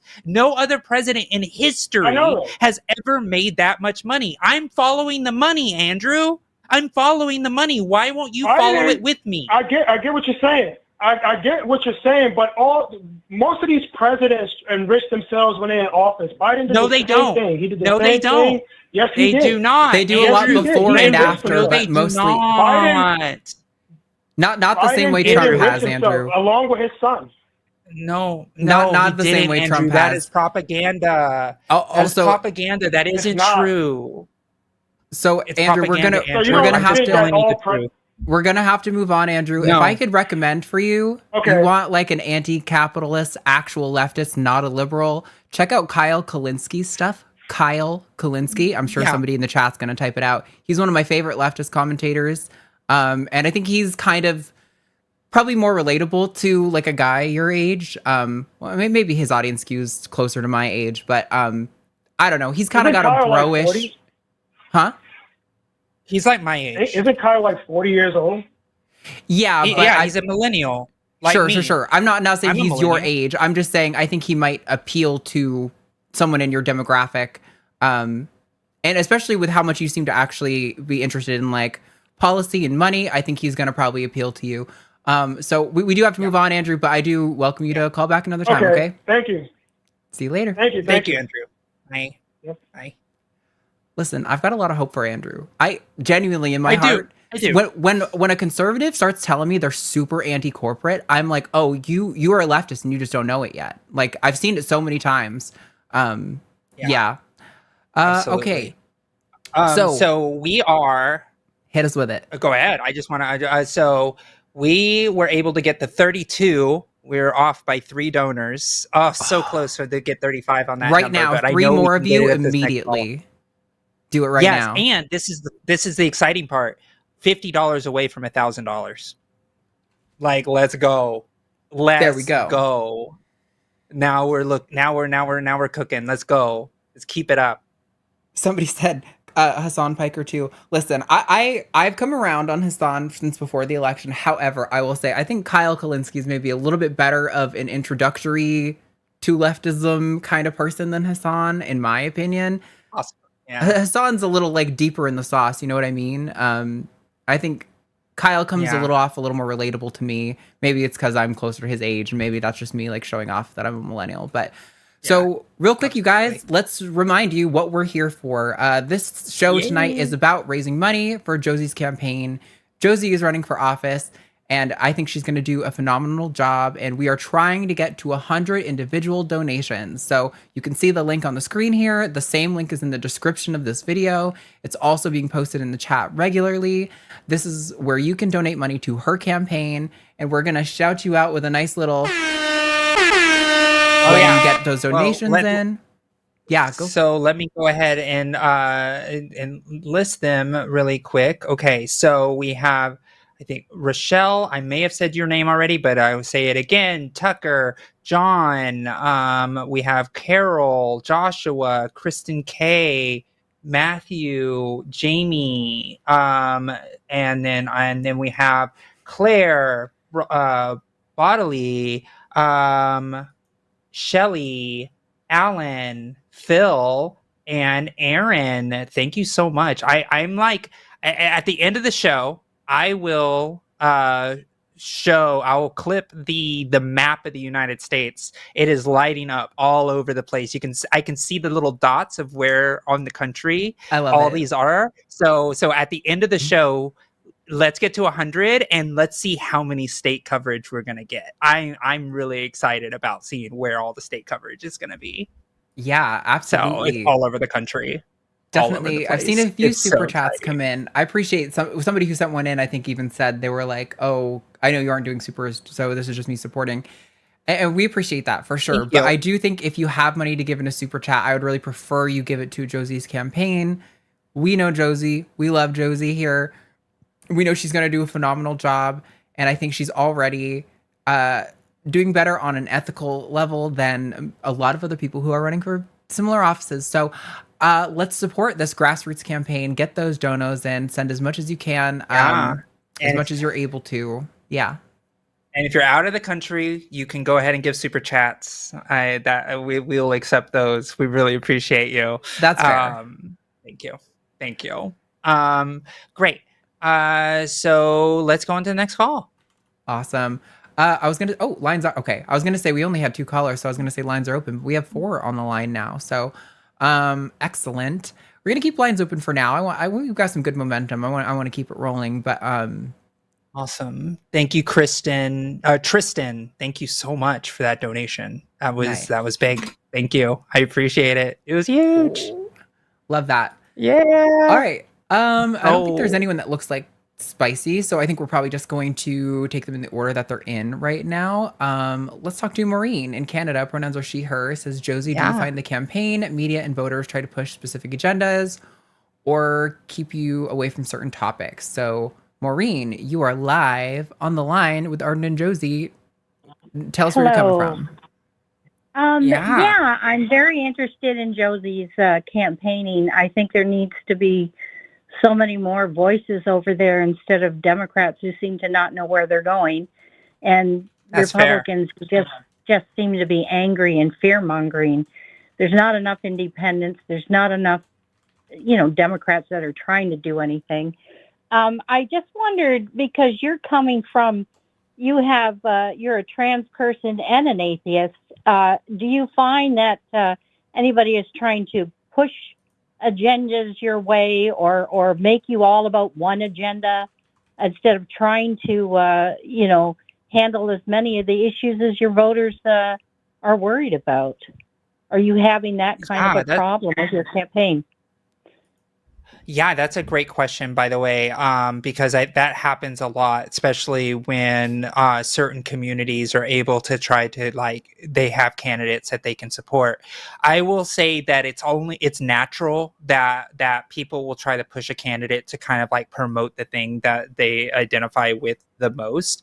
But I have kind of a rule about this in my own self. So trans community, for example, I said it on the show that if I get elected, I'll be the first trans, Marylander to ever get a lawmaker position, openly trans. But that's not usually something I say when I'm out campaigning out door to door talking to humans. And I'm talking about the issues that people are talking about. So I do something called canvas informed messaging, which means I actually go into community, go to events, I go knock on doors, I make phone calls, and I start asking people what they care about. And so every neighborhood has its own different issues, right? There's some neighborhoods that really care about, rent stabilization, rent caps, because it's a very high rental population in that neighborhood. And then there are other places that are caring about public safety. And then there's other places that are caring about the public education. And that, I think, is what a good politician should be doing, is really listening to the community first before they start promoting a lot of things. Now, that being said, I do not fault my community here in Montgomery County or here on the line or any entity to be able to say, I'm supporting Josie because she's trans and that representation matters. And I am all for being able to hold that representation. And the media will then glom onto the community and say, hey, the community is saying this thing, so this is exciting. But when the media calls me, what do they say? Oh, Josie, you're trans. Tell us about that. I'm like, yes, I'm trans, but I'm actually working on housing affordability. Let me tell you about that. Right. And so it's a trans and situation. It would be the same thing for me as a skeptic, as somebody who's an atheist. If somebody is like, oh, you're an atheist, what do you, and I can be like, yes, I'm an atheist, but I'm going to talk to you about housing affordability again. Right. It really is one of those things where a good candidate is going to speak to the issues more than they speak to their own identities. There is a candidate that I admire, and she's a friend of mine, Danica Rome, who is in Virginia, and she's a trans woman and one of the first state trans women in the entire country. And she was running against probably one of the most bigoted people. The person that she ran against actually called himself the chief bigot of the United States. And he ran millions of dollars in ads against her, saying that she was going to come after their kids, and did TV commercials, did mailers. And then when she was knocking on people's doors, people were like, oh, you're that trans woman. And she was like, yeah, I'm that trans woman, but I also want to fix the road that everybody wants fixed around here. And then that is what the people are like, oh, yes, thank you for wanting to fix the road. And so a good politician, a good candidate, a good elected official should allow the community to be able to push the messaging and the policy, not the identities. Does that make sense? Yeah, it does. And I'm glad to hear you're able to do that, because I just think you probably get a lot of push and pull from all sides. And it must be difficult to try to stay on your message of the different issues that like I think of the economy as the biggest issue for most people now, even though they don't want to talk about it. There's so many people who are barely able to afford things. And I think that's something people want to talk about. And I can see them trying to get you to talk about other issues, and not that you shouldn't talk about your other issues, but like you said, if you're the majority of your voters are worried about paying their rent, that's what they want to hear from you. And I'm glad to hear that that's what you've been able to do. Yeah, absolutely. And Maureen, I'll tell you what my trick is and what makes me special when I come out here and I do campaigning and go to the doors out in the community is I listen to those stories about, a single mom not being able to buy as many groceries anymore, and having to not be able to buy their kids' favorite snacks anymore because the inflation cost has completely made it impossible for her to afford that and the food staples that they need to be able to get sustenance. When I talk to a parent about the fact that their property tax has gone up $400 a month in 2 years, those are the stories that resonate with me, because those are the real life issues that people are dealing with. And it makes it easy for me to stay on issue because I take the time to actually go and speak to those voters. And I feel that politicians that can't do that, and candidates and elected officials that can't go and reference a real life story about them at the door, is not doing the job that they're supposed to be doing. So that's usually a big marker for me when you start seeing people talk in platitudes instead of the actual hard issues of what's going on in their communities. That's usually how I look for a good politician that I want to vote for. I want to know how many doors they hit. I want to know how many people they've talked to. Yeah, that makes sense. Yeah, you want to hear people's stories and what they have to say. Do you find, I'm not sure, do you have like a Republican opponent or something? Do you find that they're basically fear-mongering no matter what the issue is? They're trying to find a way to make people fearful instead of dealing with here's how we solve the problem. Let's make you afraid so you don't care what I say. I'll just do what I'm going to do, because you're so afraid of what's going to happen. Yeah. I was talking to a friend who is running for a mayor of a small town in Pennsylvania. And she called me because I also train candidates across the country as well. And she called me and she asked me a question. She said, my opponent just attacked me and misgendered me on their social media. What should I do? And I said, well, all you got to do is get somebody from the community to reach out to an outlet and let them know that, hey, so-and-so is saying this bullcrap. And then when the media calls you for comment, you can easily say, well, it sure is a shame that this Republican is using their campaign to spread hate instead of actually talking about fixing the community that we're running for. So I'm going to continue to stay on message and completely ignore the fact that this person's trying to make it all about me being trans. They can make it all about me being trans, and I can make it all about the community. And that is going to land a lot better than biting on the bait, right? Because it's bait. You don't want to bite on it, right? If they're trying to say these things, I'm essentially going to ignore it and be like, yeah, whatever. Childhood bullying isn't going to win you an election, dude. That's kind of how I look at it, and people will gravitate to that rather than trying to bite the bait and then make it all about a person's identity, and then you get lost in that instead of talking about the issues that voters are talking to you about. Well, that makes sense. That's good. Well, I really hope. And I'm gonna put a big caveat on this though. If they are going after legal attacks on trans people, for example, like if they're trying to instill a bathroom ban, that's when Mama Bear comes out. That's when I'm like, no, I will not stand for this. We need to stand up for human rights and dignity. And I will use my positional power to be able to amplify that when there's actual laws in place that are trying to take our rights away. The second that happens, that becomes a completely different matter. But if they want to misgender me on a mail piece, so be it. I don't care, because it only affects me as a person. But when you start talking about it in the general public, now we got a problem. And usually the trans person is the best person to speak on that. Yeah, I think so. And I think that being able to talk on the issue and talk about taking somebody's rights away, that affects a lot of people in a lot of different groups. If they see you standing up for whatever group, that has to be a good thing. That, to me, people should be looking more at that as somebody who's not afraid to stand up and make sure people's rights aren't being taken away. Instead of just making it about the one group, it affects so many different groups with so many different reasons. And I really hope you do good. I can't, donate to you, but I can't vote for you. But being in another country, we're living right next door to you, so we like to make. We just hope everything works out over there. So. I really appreciate you. Thank you. Yeah. Awesome, Maureen. Thank you so much for the question. Okay. Yeah. Good luck. You have a great rest of your day. Thank you. Okay, you too. Bye-bye. Bye. All right. Bye. So you're not even going to believe this, Arden. In that call, we got 21 donations.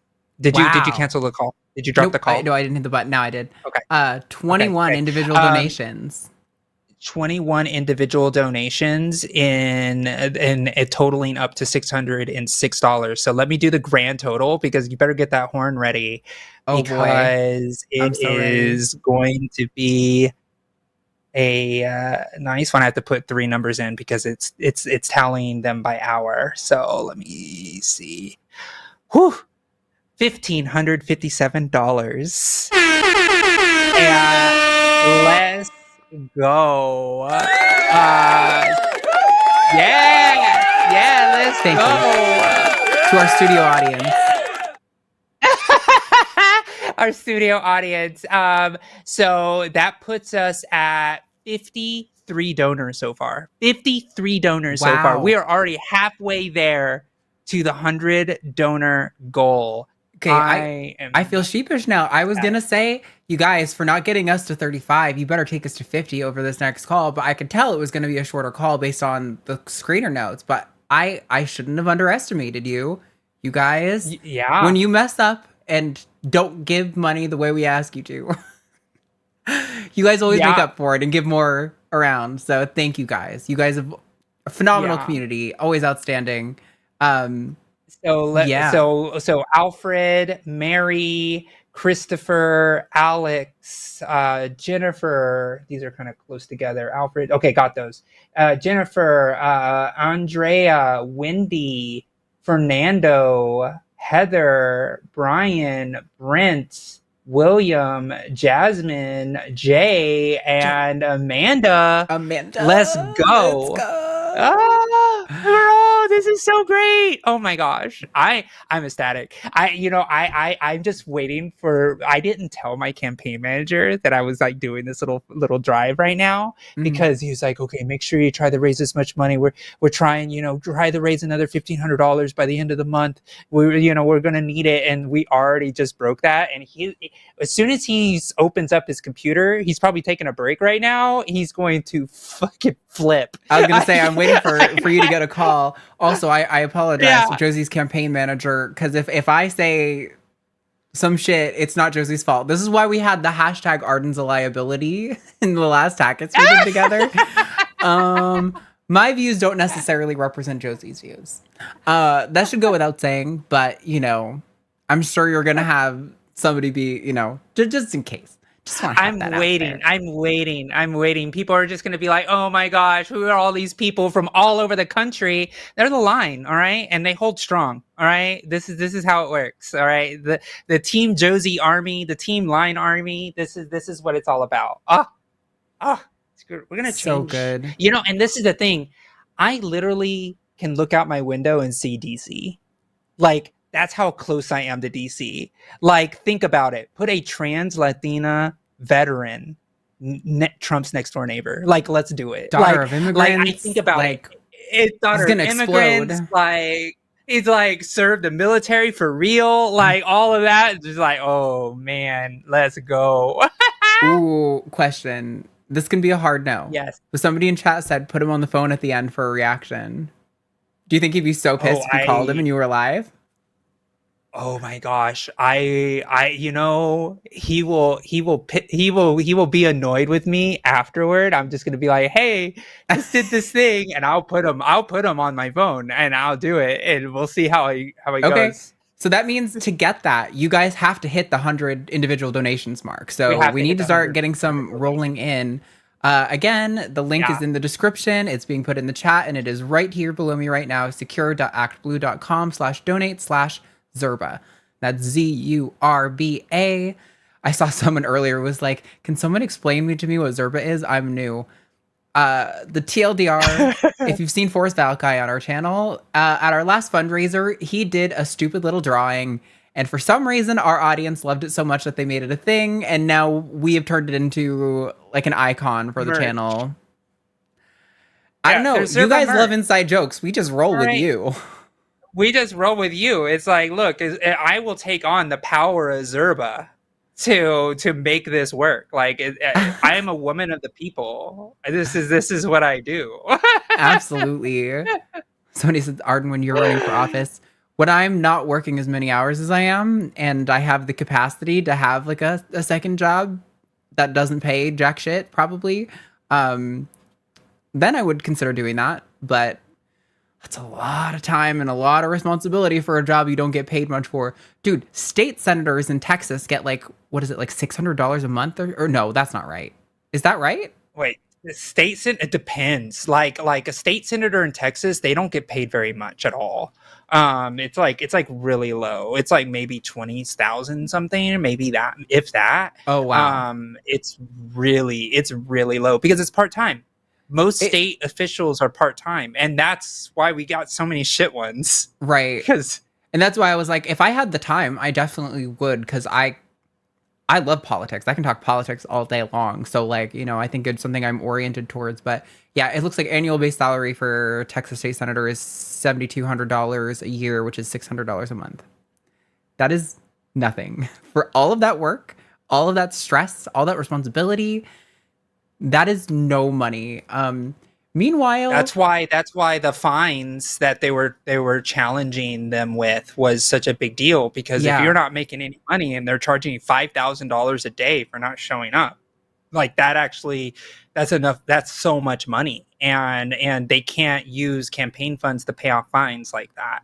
So it was a really scary threat for all those Dems that decided to not be there for quorum for that short period of time. Which is also so sick for the party of family values to be like threatening the safety of those, you know, lawmakers' children's, their spouses and partners and their families who depend on them. Really fucking disturbed people when they're following like this. That's in the Texas Constitution, the ability to break quorum and leave the state. Yeah. Anyway, we do have some more callers that we can get to. The lines are still open. Number is 720-619-2288. And there's also a web link in the description for people who are not in the US, don't want to have to pay. And we can talk about anything. We don't just have to talk about me. So. Yeah. If you guys want to talk about trans stuff, or you want to talk about like religion or whatever, I'm happy to take any of those calls. The irony is limitless, Arden. What did I do? I'm sorry. You're just limitless, Arden. That's what it is. You're just. Oh my god! You have no limits. Thank you. Yeah, that's really sweet. You deserve that since the last time I called you a trash bag, and you got to balance that out. Fair. I was like, I'm blushing, and then you brought that back up, and I'm like, oh, yeah, well. I hope you guys know that me and Arden are like sisters, and we love each other, and that's why we rib each other all the time. This is all in good fun. This is just like, I do even though she's sometimes. A liability. I honestly probably am.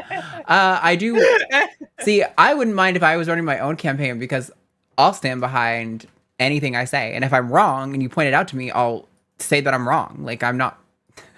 There's no position I could hold that I would be stressed about, you know? But when it's somebody else potentially paying the consequences for my views, then it's a different story. Then I'm like, okay, maybe, you know. It's fine. I'm a big girl. I can make it. I know you are. Okay, we do have other callers on the line, so we're gonna jump into Let's the go for next it. call. We've got, it looks like Anira. Her in Poland wants to ask about regulations on trans people. No regulations versus too strict. Anira, you are live on the line with Arden and Josie. What's going on? Hello. Nice to meet you. Yeah, nice to meet you. What's your thoughts here? Generally speaking, I noticed that debate about trans issues and LGBT issues in USA is much more different than debate in Poland, actually. Here in Poland, for the context, the first regulation regarding trans people was made in late 90s. It was ruled by judges here in Poland, and it was about the changing gender on the ID card. And it was supposed to make it possible through suing your parents. And now it actually changed because of a right-wing politician who wanted it to be also requiring suing your partner that you're married to and your child. But instead, the judgment system decided that there's no reason to sue anyone at all. Also, we don't have any regulations about the psychologists, psychiatrists. So there is a lot of no understanding about trans issues at all, and you could get actually any help regarding this only in big cities here in Poland. So many people are literally cut off from this. But on the other hand, if you have the contacts, it's very easy to transition here in Poland, but you have to be deep into the community actually. So what's your thoughts on this? What is it better for no regulations, or is it better for risking having Trump? Well, so just for context, I do know a little bit of, so right now in Poland, you don't need to sue your parents anymore or your family. I do know that. And like, as you said, and so, but for most people out or in major cities, people can just go and get their transitional health care. Is that what it is right now? If you know, like here in Poland, we have like the foundation that shares a map of the specialists who help, that specialize in trans issues, and you can contact with them. Sometimes you can, if you have money issues, you can even get the papers like in 1 or 2 visits if you're very sure about that you're trans, that there's no doubt about this. That just the psychiatrist verifies it. And we here in Poland, we have to have the opinion of 2 specialists. It can't be just 1. But still, if you have your ways, it is very easy for getting it. Also, it is actually on the edge of the law that you can get HRT without any papers from a psychologist. You have just to contact some specific people about this, and it's very 100% legal. You can get this in the pharma. Yeah, it's kind of like that already in the United States too. So like in the United States, like you don't need to have a therapist letter to be able to receive hormones, for example, in most cases. So if you're an adult, if you're a minor, you have to actually have therapy, and a psychologist sign off on that. I think I'm going to talk about the premise, because I think your premise was, is it better to have regulations or no regulations? I couldn't understand if you said Trump or trans. Did you say is it better to have? At the end of my talking point was Trump, like risking having someone like Trump in your system. Okay. So I will say this: I don't believe that transitional healthcare for trans people is the reason we have Trump. I think that the reason the United States has Trump is because we have not invested in education. We have let an unlimited amount of flow of money in politics. We have allowed massive levels of gerrymandering, meaning that the politicians could pick their voters and not their voters picking their politicians, and a massive propaganda campaign that has been villainizing immigrants, that has been villainizing democratic cities, saying that they're rife with crime. There are literal people here in the United States that are afraid of major cities because they think they're going to be shot and killed because they think the crime is so bad, which is not the truth at all. I am scared going to the United States at all because of this, actually. Yeah, of course, because I'm sure of the when you see the news, right? Yeah, and so, and also you're an immigrant, so it's scary. I would be scared too, if I was in your position. So what has happened is that there was a lot of things that led up to who Trump is. Trump is a symptom of a bigger problem in the United States, which is our push to fascism, authoritarianism, and these massive conservative pushes that have slowly been taking over time. And I think corporate money and power, corporate money and politics has corrupted the Democratic Party to make it a very weak opposition as well. So you have a lot of different things that are happening at once that allow someone like Trump to be able to get dictatorial power in a lot of ways in our nation. So trans people are just the next bloody token that they can use to continue to feed their base that they are being cruel to a demographic of people they are fearful of, so they can continue to stay in power. So that's what I would say in area. I don't believe that transition-related healthcare got us Trump. I think that trans-related healthcare is on the chopping. It wasn't my point about... I meant like, if there are regulations that allow you to transition, then there might be someone that will change those regulations in favor to like make it much harder. Also, one thing to say that's very important for the context, two things actually. Here in Poland, corporations cannot fund politicians at all.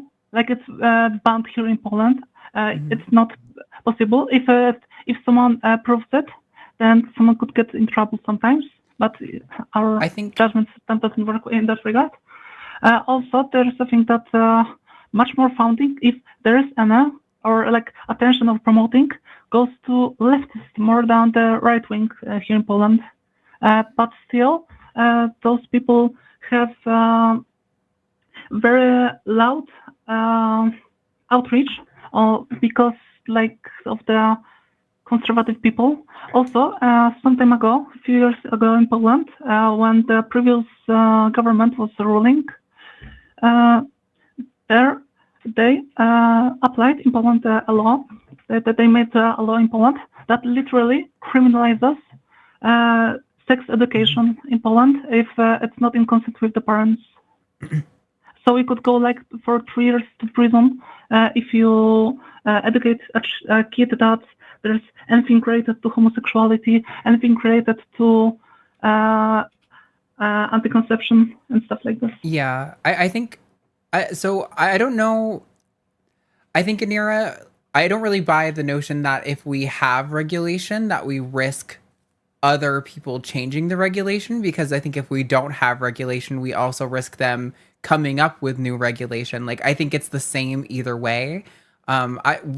I think what there needs to be is if a politician is going to make a law that restricts the ability of healthcare providers to make decisions informed by evidence for their patients, that law needs to pass through a very, very high degree of scrutiny by the medical field and representatives in the medical field, generally speaking. Like, what I see as the problem is not regulation in and of itself. I think in many ways, regulation can be very helpful to ensure that people aren't being taken advantage of, people aren't being abused. What I think is the problem is when politicians come in and say, well, like even for example, there was a state in the US who commissioned a report on trans healthcare to try to get it banned. And the report came back and said that the healthcare was good for teenagers.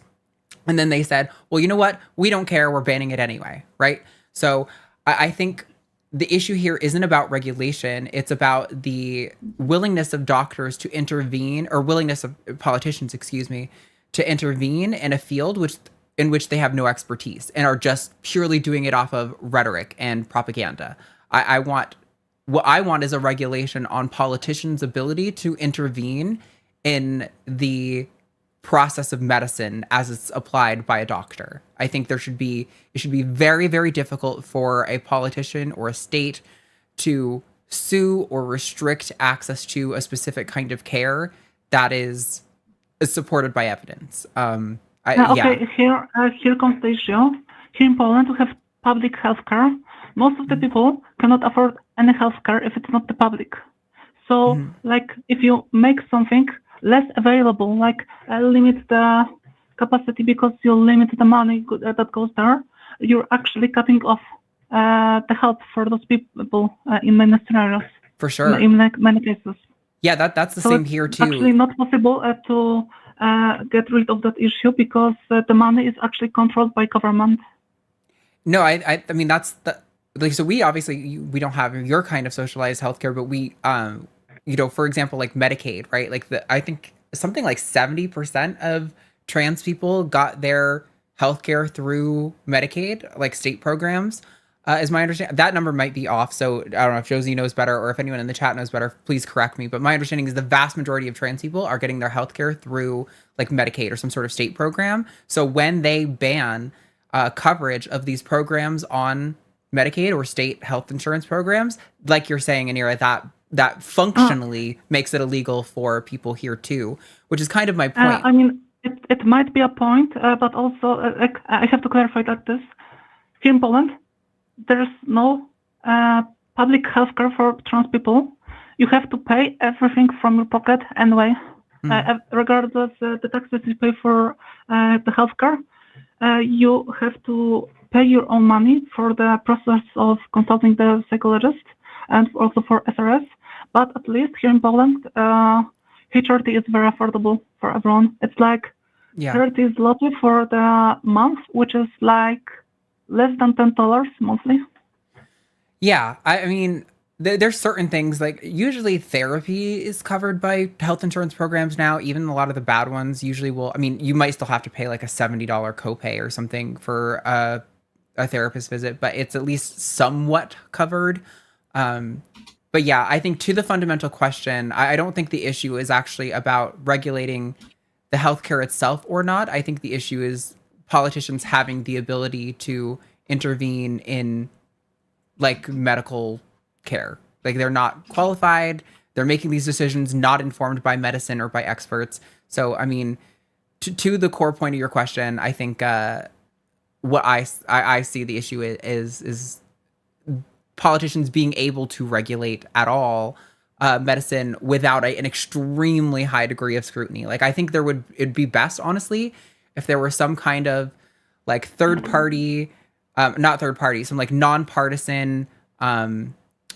Third party was the right phrase in that situation. Just somebody not related to the government or the medical industries. That sole job is like we do this we used to have like the Consumer Financial Protection Bureau in the U.S. before Trump destroyed it, right?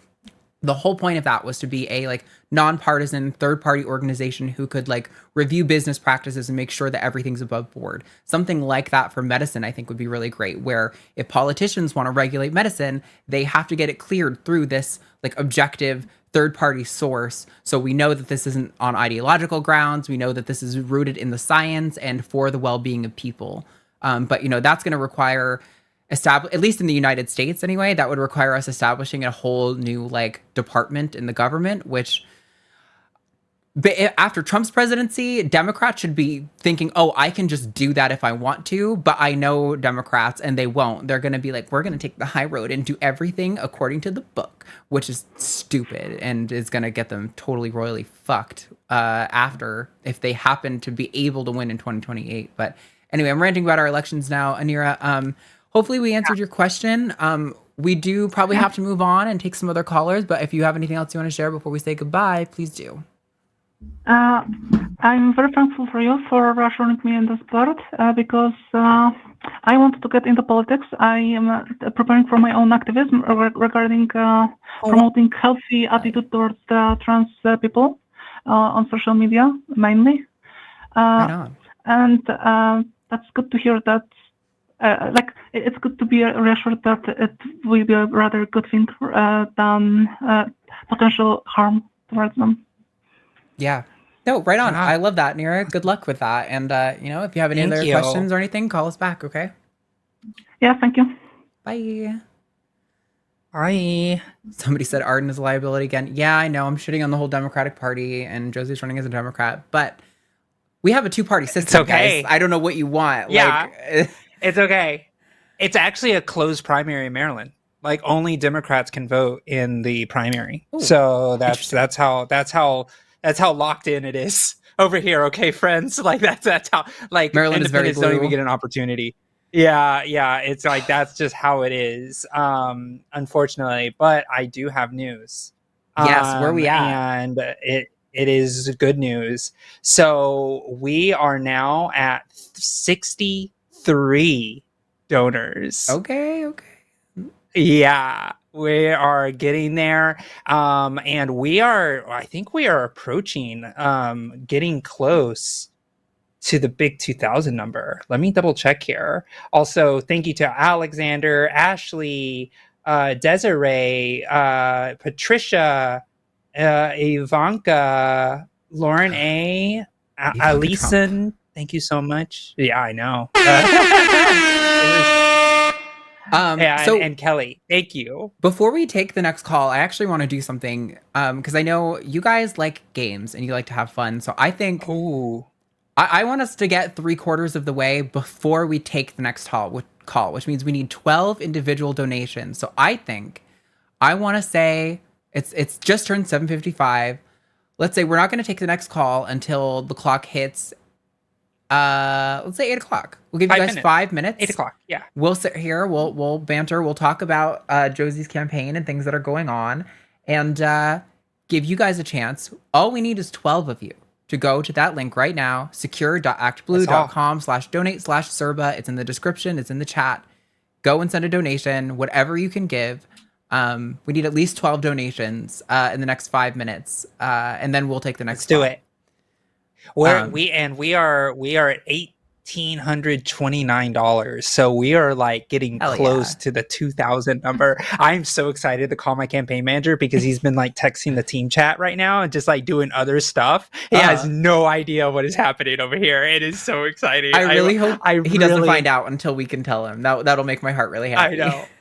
Yeah, exactly. So I would love to hear like, what is the process for running for a seat like this? Like for anyone in the audience who maybe is like got a job in the time in the environment where they could run for an office like this, what does that process look like for somebody to get involved on that level? Yeah, absolutely. So I actually coach people to do this. Like it's actually something I do. In fact, I've gotten candidates that have been interested in running for office here on the line. Like people have actually messaged me and actually went to transequality.org to actually submit that they're interested in running for office. So the first thing you want to do is you want to kind of see the lay of the land. It's a really important thing to do. Like if you are going to take on a thing like running for office, you kind of have to know who's already in charge. What does the community landscape look like? Who are the people who are doing the political stuff? So I always say, go to Democratic Central Committee meetings, go to community events that have politicians to them, go to some fundraisers and actually meet some of these politicians face to face and ask them questions that are hard hitting, and actually say, hey, I want to know more about this. Once you're able to kind of see, and you'll also be able to decide, oh, is this person not running for re-election? Oh, great. Now you have an open seat that is happening, which there are 3 out of 4 of open seats in my race, for example. So there's actually people vote for 4 in my race. Mm-hmm. So 3 of them are not incumbents, which makes it a huge opportunity. And one of the reasons that I decided to stick my hat in the ring on this fight. So leaving a huge opportunity. after you're able to kind of see, okay, you start knowing your community climate, and a lot of people who are probably already thinking about it, oh, I'm already involved in my community, oh, I'm already a part of a club, I'm already doing these things. That's when you start thinking, okay, let me start thinking about, should I run for this seat? Start talking to people, you start exploring, hey, I'm thinking about running for so-and-so seat, like, could you support me? Also pushing on your own networks. Like, I knew people were going to start donating to me when I announced my run, and I actually had to do a lot of call time. I made over 500 phone calls on the first month that I was running, calling people in my own Rolodex, raising money to try to make sure that I could get this campaign launched, because there's inertia. After you're able to then kind of decide, okay, I have some support. You don't have to have all the support right away, but just enough to get you launched off the ground. Then you can go to your local registrar and actually see what the process is, or usually it's an elections office. You can kind of see what the process in doing that is really powerful. Oh, by the way, every time those things beep, it makes me feel like my heart is monitored, because it's so good. I was like, oh, you guys are my heartbeat. Oh, here it goes. It comes again. I'm sorry. I just, but so basically, those are kind of the steps that you want to do. And you also want to talk to people like myself that kind of understand what's going on and is kind of doing it. And it's like, I keep getting those beeps. You're going to make that 5-minute goal here. So that's kind of what you want to do. There's also local organizations. There's Emerge America. There's like Victory, the trainings. There's different candidate trainings as well. So you just kind of got to get yourself in the ecosystem. You got to get yourself in the ecosystem. And one of the things that I would also say as well is know that running for office is not all glory and fame. It's hard work. It's 95% hard work. Very rarely do you get to give speeches and brutal go work. And do all of that. Anyone who's involved in activism knows that it's it's very difficult and thankless most of the time. Oh, that is 8:00. So let's see where we are. How did we do, Josie? Did we make it? Well, Act Blue could be delayed, but we are at 66. So Act Blue might be delayed. I know. I'll give it a minute. There is a delay. Okay. Give it a minute. There is a delay. Chat, listen. There are 420 people currently watching the show. We asked for 12 donations in 5 minutes. I realize that these are hard times. Not everyone has a lot of money. I don't need you guys to give $20. I don't need you guys to give $50. If you have $5 to give, that is foregoing like a trip to McDonald's, basically, to support a trans candidate in a local election. That is what we are asking for. So I will give you guys an extra like 2 minutes, but that means we are going to need 9 donations. So out of 420 of you, I think there's definitely 9 people who have $5 in the audience that they're able to give. So come on, please, let's do it. And remember, we're not gonna call Josie's campaign manager unless we get 100 individual donations. So we are making good time. We're getting really close, and it's gonna be so fun to be able to do that if we get there. But we got to get there. So yeah, we got to get there. I'll do it. Yeah, so we'll have another like couple of minutes, but I do want to definitely go. Wait, 69 donations. Yes, nice. It would be beautiful. We love 69, nice, but the number. And for those donations, John, Kevin, Hunter, and Kevin, thank you again for your donations in that last. So we are still getting them in. It's just that, it's Act Blue. It's slower than we like sometimes, but it's okay. Yeah, that checks out. We will survive. We will survive. Great. So, all right. So how we're 2 full minutes? Okay. I was gonna say something in the last call. Oh, not the last call. The little explanation that I forgot, which was something about me being in the military, and I forgot what it was. But anyways, it doesn't matter. Doesn't matter. I'll remember it in a moment. I do think it would be a good opportunity, though, to remind people of the you were saying you do coaching for people who potentially want to run. Let's promote that a little bit, because if there's anyone in the audience who's like, maybe I can't, $5 at McDonald's will get you no idea. Yeah, not a lot these days. If there's anyone in the audience who maybe doesn't have the money to give a donation but is interested in running, like, where can they go to get that like system from you? So go to transequality.org. We have a system that is there to essentially get a call with me, actually. If you go to Transequality here, I'll put the link here in a moment. Let me do it. So it's oops. Went to the wrong quality.org. And here I'm going to put the link in here. Education, partnership endorsements. And okay.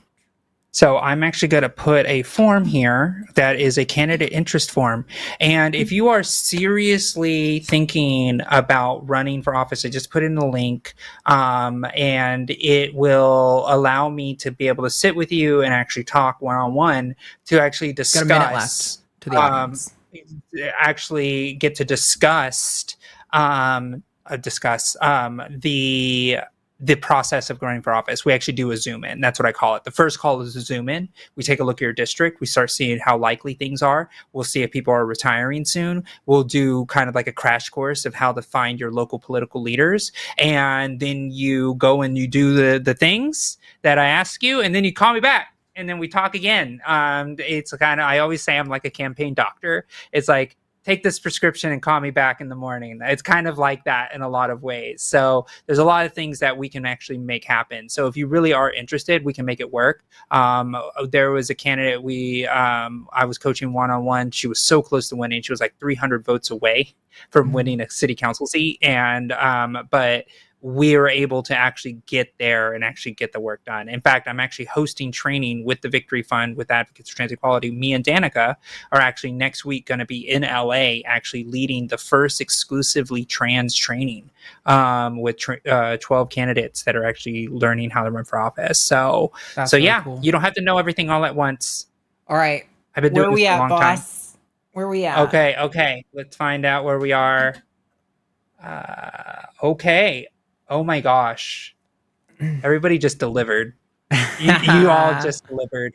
I know you guys. So it's so true. Okay, so we were at 66, and in this short period of time, we were able to get 14 more donors on top of 66. That puts us at 80. So and it puts us over $2,000. Let's go. Nice. Yes. So that's so exciting. Let's do this. 80 individual donations, 14. We were at 66 and we got 14. Or is that 4? Okay, sweet. Yep. No, awesome. It was 66 plus 14. So and they came in quick. They came in fast. So let me read them out. So Christy L, Christina, Jennifer, Adam B, Jamie, Damon, Alexander with a big dono as well, Leaf with a big dono as well, Deborah and Robin. And Robin for a reoccurring contribution. Let's go. You can do that. Reoccurring contributions are incredibly important. They let us gauge how much money we have for the campaign on a monthly basis. Thank you guys. Seriously, so much for your contributions. This is so really great. So we have 3 more callers. We're going to get to all of you, and then we will call it a wrap there, which means you guys have 3 calls of time length to campaign manager. Yes, then we'll do that. So you guys have 3 calls time length to get those last 20 donations in. Again, how many people do we have in chat? About 400 now. So I think there's definitely enough of you, 20 of you in the audience who probably have enough to give a couple bucks to the campaign. Let's get that surprise call to Josie's campaign manager. I think that would be really fun and really uplifting. Good. And it's going to, in a great and amazing individual who's running a kick-ass campaign. So yeah, all right, really, definitely. You want it's to take not all 15 going in. This is right now we're talking about cream. This is going into the next the things that we need to buy, signs, literature. Like, you realize that now that we have been doing so well, that this is all going into actually putting literature in volunteers' hands so they can go to events and actually share the word about Josie. We're going to have signs for our big kickoff that we're going to be having in September 26th. So yeah, let me tell you a little bit about where the money's going. So we're going to have walk literature. We're going to be able to make sure that people are able to build the infrastructure to keep the campaign going. We're going to have money to do more fundraisers with inside of the community as well. This is a big deal. So every dollar that is being spent right now is going directly into literature. And I want to tell people this was paid by the people who contribute and give to the line. This is a big deal, and I'm going to talk about how this literature is created by a national network of people that made this campaign possible. I cannot wait to share that with people. So keep it up, please keep it up, because we are giving money. We are doing it. Yeah. So I kind of want to take 15-1 just to get the call done, but also go for it. Call 14-5 had been on the line for a long time, and then they dropped, and they've been on for another 30 minutes since. So I kind of want to just take them to, they've been waiting a long time, and then we'll do 15-1. So we'll take Michelle, pronoun she, her in Japan, wants to talk about issues with labeling detransitioners and detransition and how it affects people who have had to detransition, but not by choice. So Michelle, you are live on the line with Arden and Josie. What's going on? Hi, can you hear me all right? Yep, coming through. Yes. And thank you for waiting. Okay, great. Oh, no problem. Actually, I have 2 points that I want to talk to, and one came up organically while listening to everyone else. But the first one, they're both kind of about internalized phobias. One's political, one's more about transition. So I'll hit the transition one first. I've had a lot of discussions recently about the concept of detransition and how we sort of categorize and label that. And what it comes down to is, I think a lot of people have this image that detransition means that you just stop and it wasn't right for you, you weren't trans, and maybe you're going to turn into some sort of right-wing grifter or something like that. And I feel like the right-wing grift sort of detransition circle has kind of what's the word? It's kind of poisoned the well in terms of how we view detransitioning as a thing. Absolutely. And for me personally,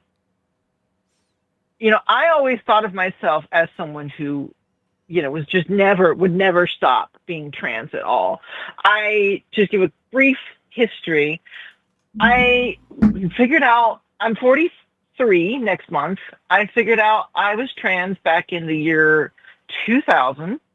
And it took me about 10 years before I got to the place where I could actually start trying to socially and physically transition.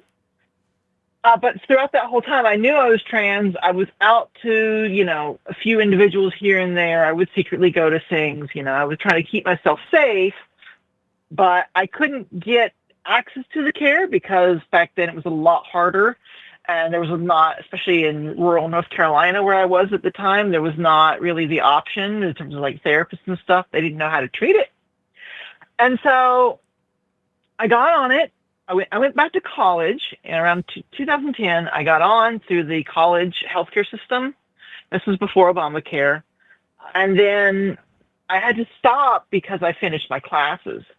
So for less than a year, I was on estrogen. And for about a year and a half, I was on Spiro. So I had to stop.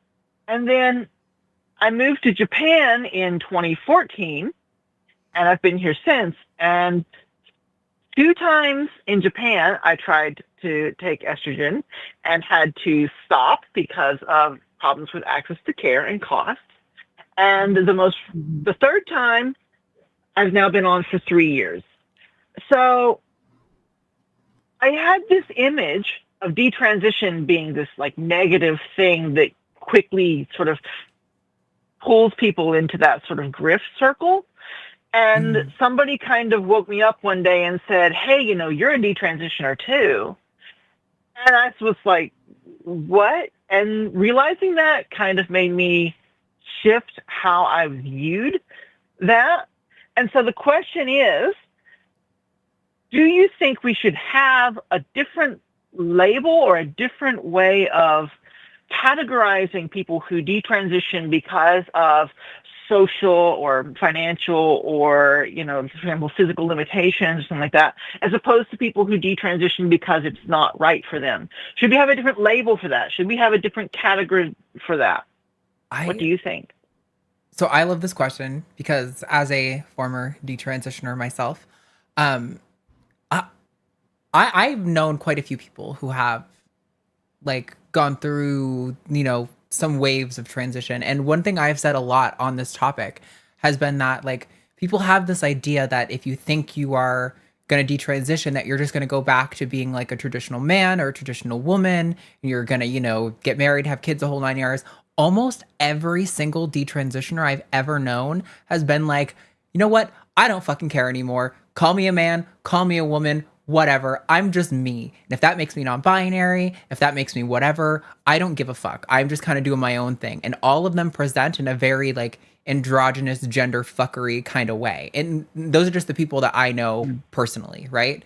So I definitely am so with you on this notion of like the grifter type Chloe Cole style detransitioners have really possessed the narrative in a way that misrepresents what the detransition experience is like. Also, that call dropped. I knew they were a fucking troll. I was like, sorry, Michelle, just detour. There was a call in the line that looked like a troll. And I was like, I'm going to take Michelle first because she's been waiting a while. And I know trolls don't like to wait. And if he drops, then I'll be so confirmed. They dropped. Anyway. Woo! Yes, thank you. I'm fine with swatting away a troll. Yeah, and so I do think, I don't know if there's necessarily a right word for it. I don't know what that is, but even I will like, so like, for example, Lux over on TACIS before, right? It's once it's said before, like, oh, I think I'm a detransitioner to some extent. And even to me, that reads as kind of weird. Like that doesn't check out with what my understanding of detransitioner is because of what you're saying. I'm thinking of it as like the people who are like sincere regretters. Like to me, if you like say like, oh, maybe I'm not actually a trans woman, but I'm kind of like non-binary or whatever. I just don't really care. Like to me, that doesn't feel like detransition. That just feels like another page in your transition story. But there's also people who like can't because of like, I know Japan's really restrictive with like access to like meds and drugs and stuff like that. So I'm sure that's a difficult hurdle to overcome. I don't know what the right. I can talk to that a little bit, but. Yeah. I'll finish and say just that I feel like we have this phenomenon a lot in the trans discussions where there is like a frustration with how a word is used and how it's perceived in a sense of like, maybe we just need to find the right word. And I do think that is a bit of a mistake in aspirations because I think an honest person is going to ask for clarification and then there will be understanding. And I think the people who get completely hung up because of the wrong phrase probably weren't really going to be honest, engaging with you anyway. But yeah, that's where my sentiment is on it. I want to hear you respond and then we can get Josie in here too. Yeah, well, I think it's kind of difficult. And I will say that here in Japan, access to care has opened up a lot recently. There's some kind of informed consent clinics that are, I wouldn't say skirting the rules, but they're applying the rules liberally. So in the past few years, it's gotten much better. But I would say that, like, one of the things that I've noticed is that a lot of people in the trans community seem to have a real aversion to considering themselves a detransitioner.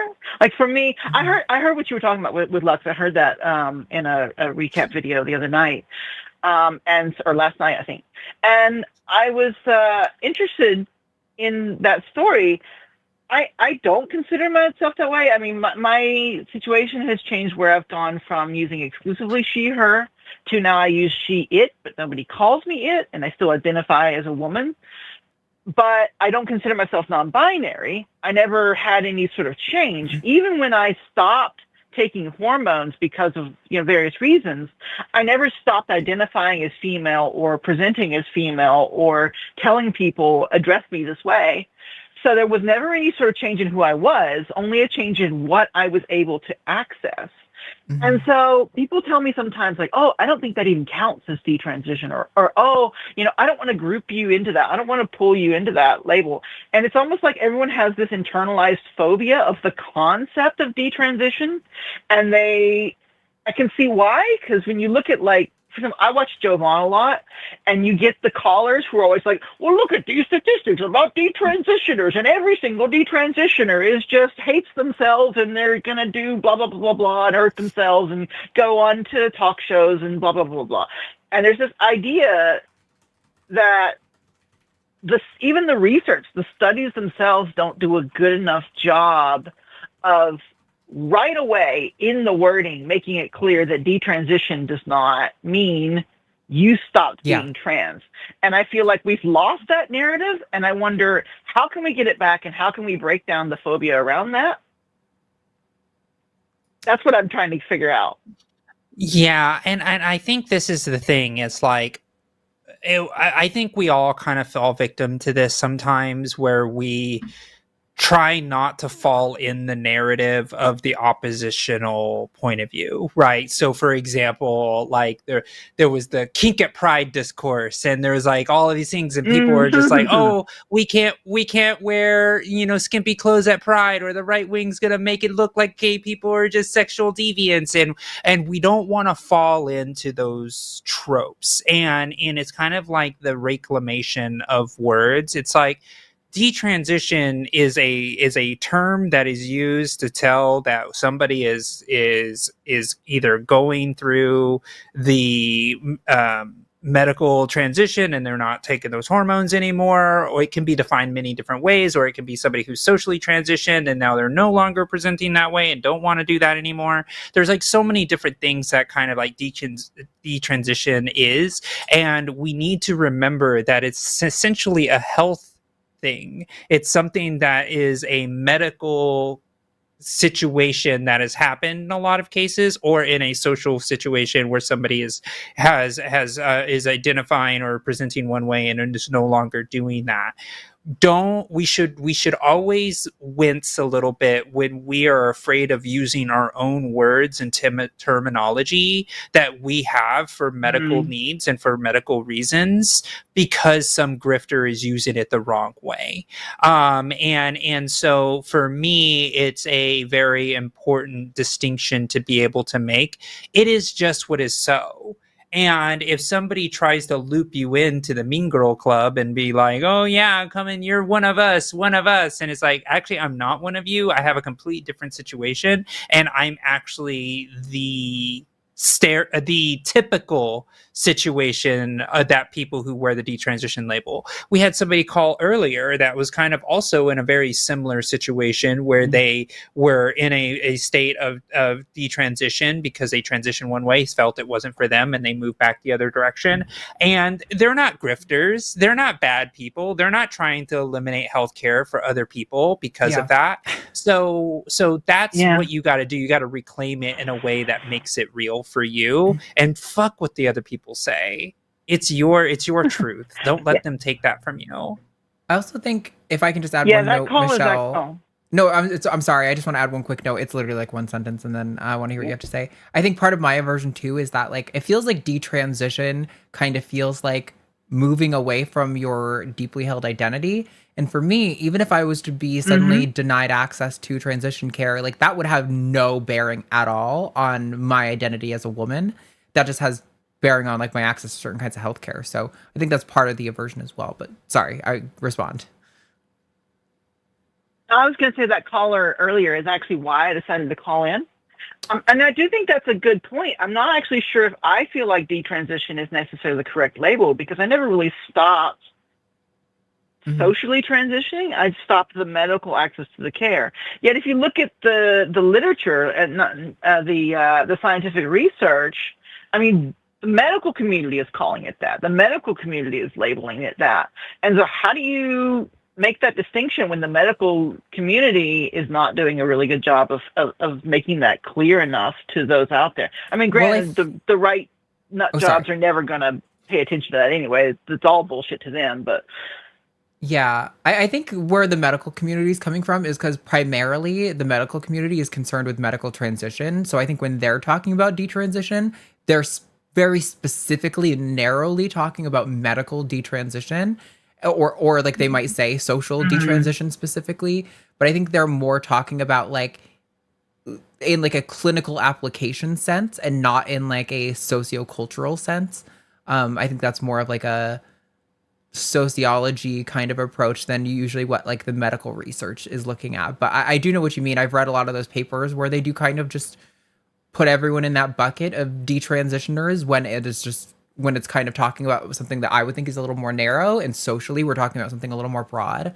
So I think that's part of the issue, is that like the research papers, you know, this is what part of the frustration with fascism conditioning us to not trust medical expertise and like academic like achievement, is that people shouldn't have to read the research to get an understanding of these things. We should just be able to trust, the people who are like summarizing the body of research, right? And like the experts in these fields. But unfortunately, we don't trust experts anymore. And so a lot of people do dig into the research and then they kind of walk away misinterpreting things, or like not really understanding like the purpose of research. And like generally research should be pretty agnostic to like political things, to like, social ways of framing things. Like it's good that the researchers are aware of those things, but like the research itself, the data should be really agnostic to all of that. So like, it's, I think just kind of a misapplication or like misunderstanding of what research is trying to achieve when they're talking about these sorts of things. Good. So the other question that I wanted to mention is, I was thinking about, was it Sean who called earlier about like the eggy leftist? Andrew, yeah. Andrew, sorry, that's right, Andrew. I've been I'm struggling, I guess is the right word, with something for a while now, which is how do I wrestle with this? I think what that caller made me realize is that I feel like I have, not to coin a phrase here, but I feel like I have internalized left phobia, because I grew up in a Baptist, like a fundamental Baptist school for 13 years, the full Christian fundamentalist brainwashing all the way. Mm-hmm. And I spent the first, 15 years or so of my knowing I was trans and everything, trying to fit Christianity and Republican ideas into, fit those all together, make those pieces fit, and they just didn't. And I slowly started to realize that they just do not. And I've been deconstructing over the past few years especially, and I'm at the point where I'm just like mega fucking done with Christianity. Like that's just over for me entirely. But when I think about politics, I get kind of paralyzed in a sense, because I voted for Biden. I didn't vote at all in the Trump-Clinton election. I didn't know how to vote yet because I was overseas, and registering for all that was kind of confusing. So I just didn't vote. But I voted for Biden in the last time, even though I didn't like Biden. And what I'm realizing is, like, politically, I feel like I'm leaning more towards leftists. I don't seem to like liberals. I don't seem to like Democrats. I feel like Citizens United is like the worst thing that ever happened to humanity. Amen, sister. At least in this. We were talking about that earlier. Yeah. And being in Japan, where Japan is, I wouldn't call it, it's definitely a capitalist society, but it's capitalism with heavy socialist trappings. There's a lot of social programs and things in this society. I've seen where, like, not having guns, not having, having a social safety net and all these things make sense So I'm not opposed to socialism anymore. And I feel like my political view has shifted towards a leftist viewpoint, but I'm scared of the term because I was raised with this sort of like fear of leftists are communists who want to take over the world and start shooting people and run over people in Tiananmen Square, and like all this sort of like brainwashing about atrocities around, the Soviet Union and all these things. And I don't know how to reconcile that yet. Yeah, let me jump in real quick. It's the same thing that we were just talking about, detransitioner. Right, it's the same thing, right? Where it's so. I was, I brought it up on the show earlier. I was actually born and raised conservative, Catholic, everything, and there was a lot of like, "Ooh, I'm a Democrat." Like there was a lot of that early on in my political journey when I was switching over, and honestly, it's all part of the programming, in my opinion. They don't want you to feel like it's because humans are tribal. So there will be people in your life.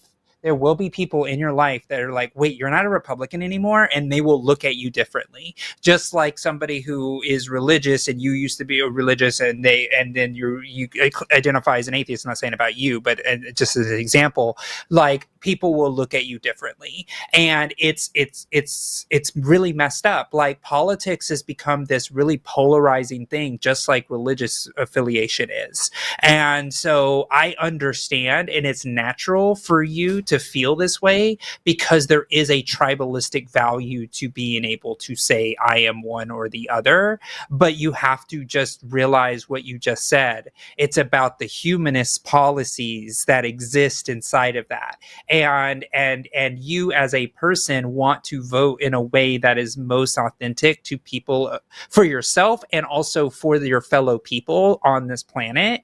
And no label is strong enough to block your ability to say, no, people need basic human rights, right? Like you said about socialism.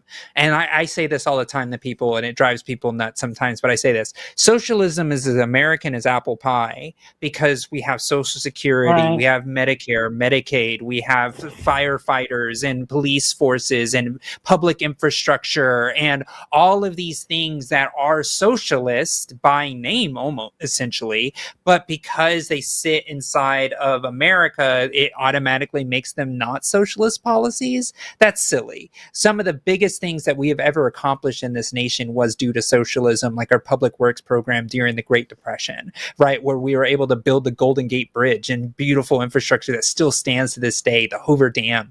Those are all socialist policies that actually were instilled in us. So don't let them fall. Don't fall victim to the labeling of yourself to take away from who you are as a person, because that's what they want you to feel.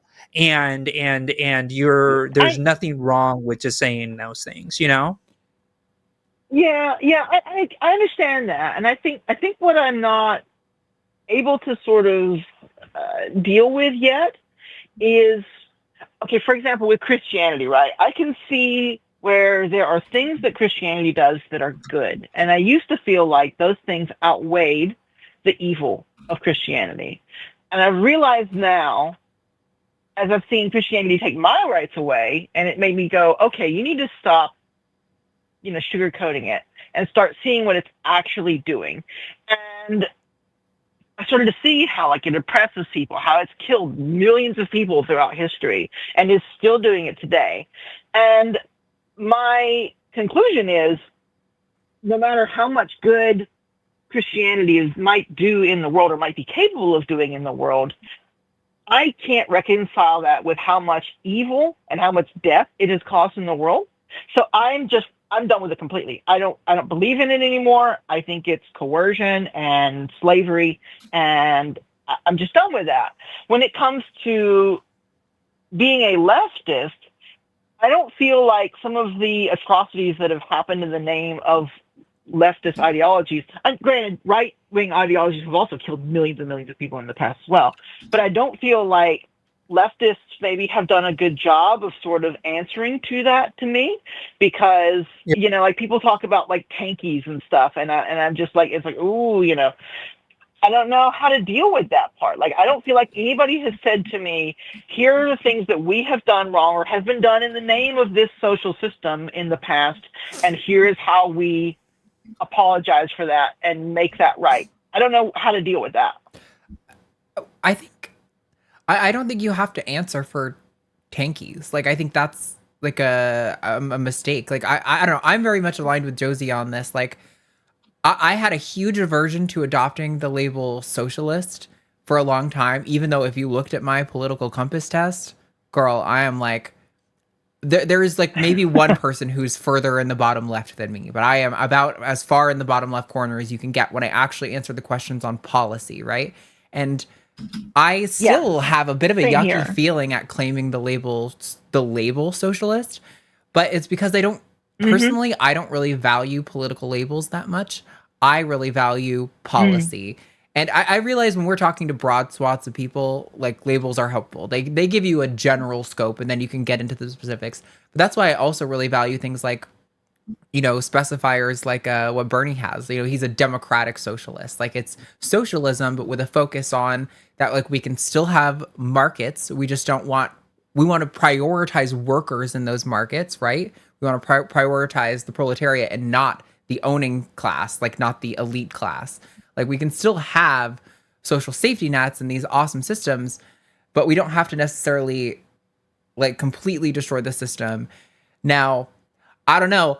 I'm not going to lie. This last election has radicalized the fuck out of me in my resentment towards establishment Democrats. And I might consider myself like a more radical label in the future. I don't know. I don't really care, because labels aren't important to me. I really care about policy.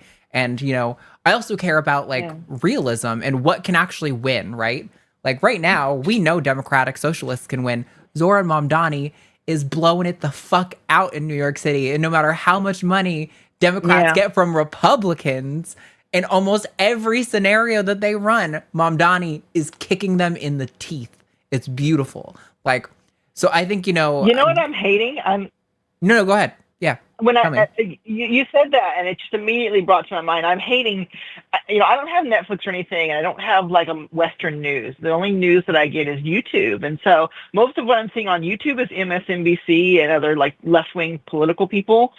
And I'm seeing so many people just like, for lack of a better term, just like, you know, doing sexual favors on Gavin Newsom about like the second coming of you know, anti-Trumpism. And I'm just like, I cannot begin to be any more angry about that than I already am. Like, my level of just like, ugh, on that is so over the top.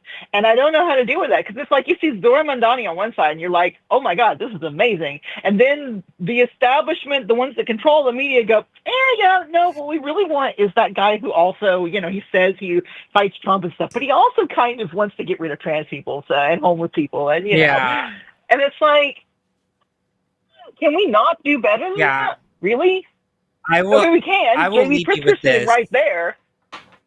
Well, yeah, Prisker is also a big person for APAC as well. Anyways, but I will. Yeah, no. Yeah. So I will say this. I'll leave you with this on this point, because we got one more caller and we want to get to that person. Yeah. This is what we got to think about. Primaries. The reason Zoran is getting all of the love is because Zoran actually won a primary, and there's nothing the media can do about it, that he got the Democratic nomination. They did this with Hillary too, back in 2016, when they were like, Hillary's going to be our nominee,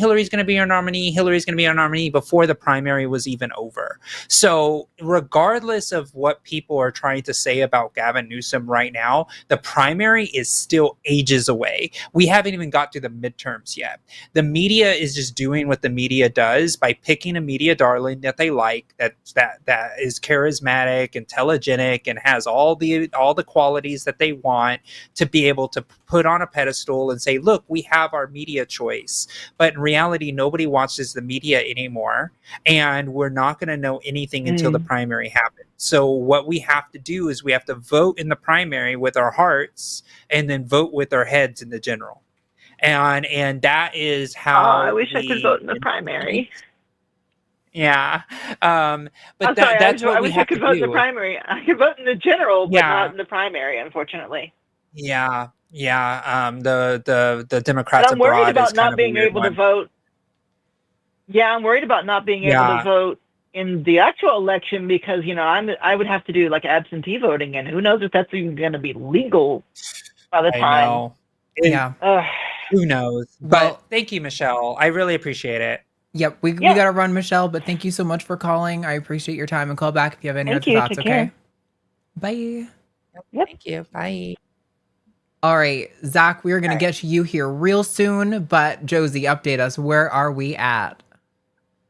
We are at 94 donations. 94. Right, where's our audience at right now? How many people are in chat? 380 concurrent viewers right now. We need 6 of you. Oh my gosh. 6 of you to donate. Any donation through the link. Let's get that link back up here. Yeah, and we're actually getting pretty close to 3,000 overall for the entire stream. Like, that's a huge amount of money. You know how much ink and paper that buys? That's a lot of ink and paper. That is enough to start filling our war chest of literature, signs, buttons, all of the things that make our campaign come to life. This is because of you. I'm so excited. We got stickers, and we're going to have people going door to door wearing Josie lit and merch. Let's go. Let's make it happen. Yeah. All right. So we need 6 of you. Secure.actblue.com/donate/Zerba. Please, if you can.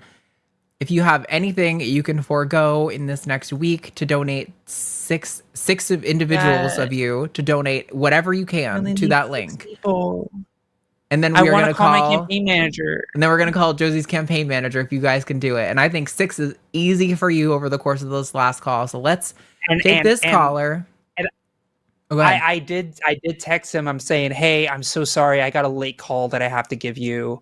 And he's like, is it really important? I'm like, yeah, it actually is really important. And he was like, okay, fine, but I'm going to be getting beer and wings. And I'm just like, okay, just pick up the phone. And he's like, I okay, want beer I will. And wings, to be honest. That sounds really great right now. All right. Yeah.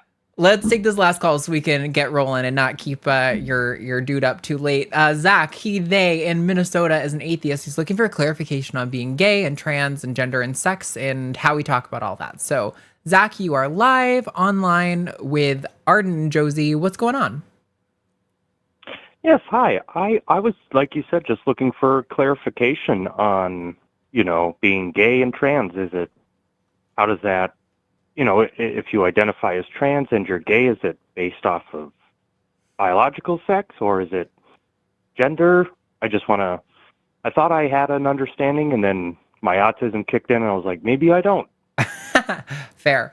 I think this is kind of, when it comes to identity labels, it's really a personal thing. Like, I know most queer women, for example, overwhelmingly support trans rights, would view trans women as women, right?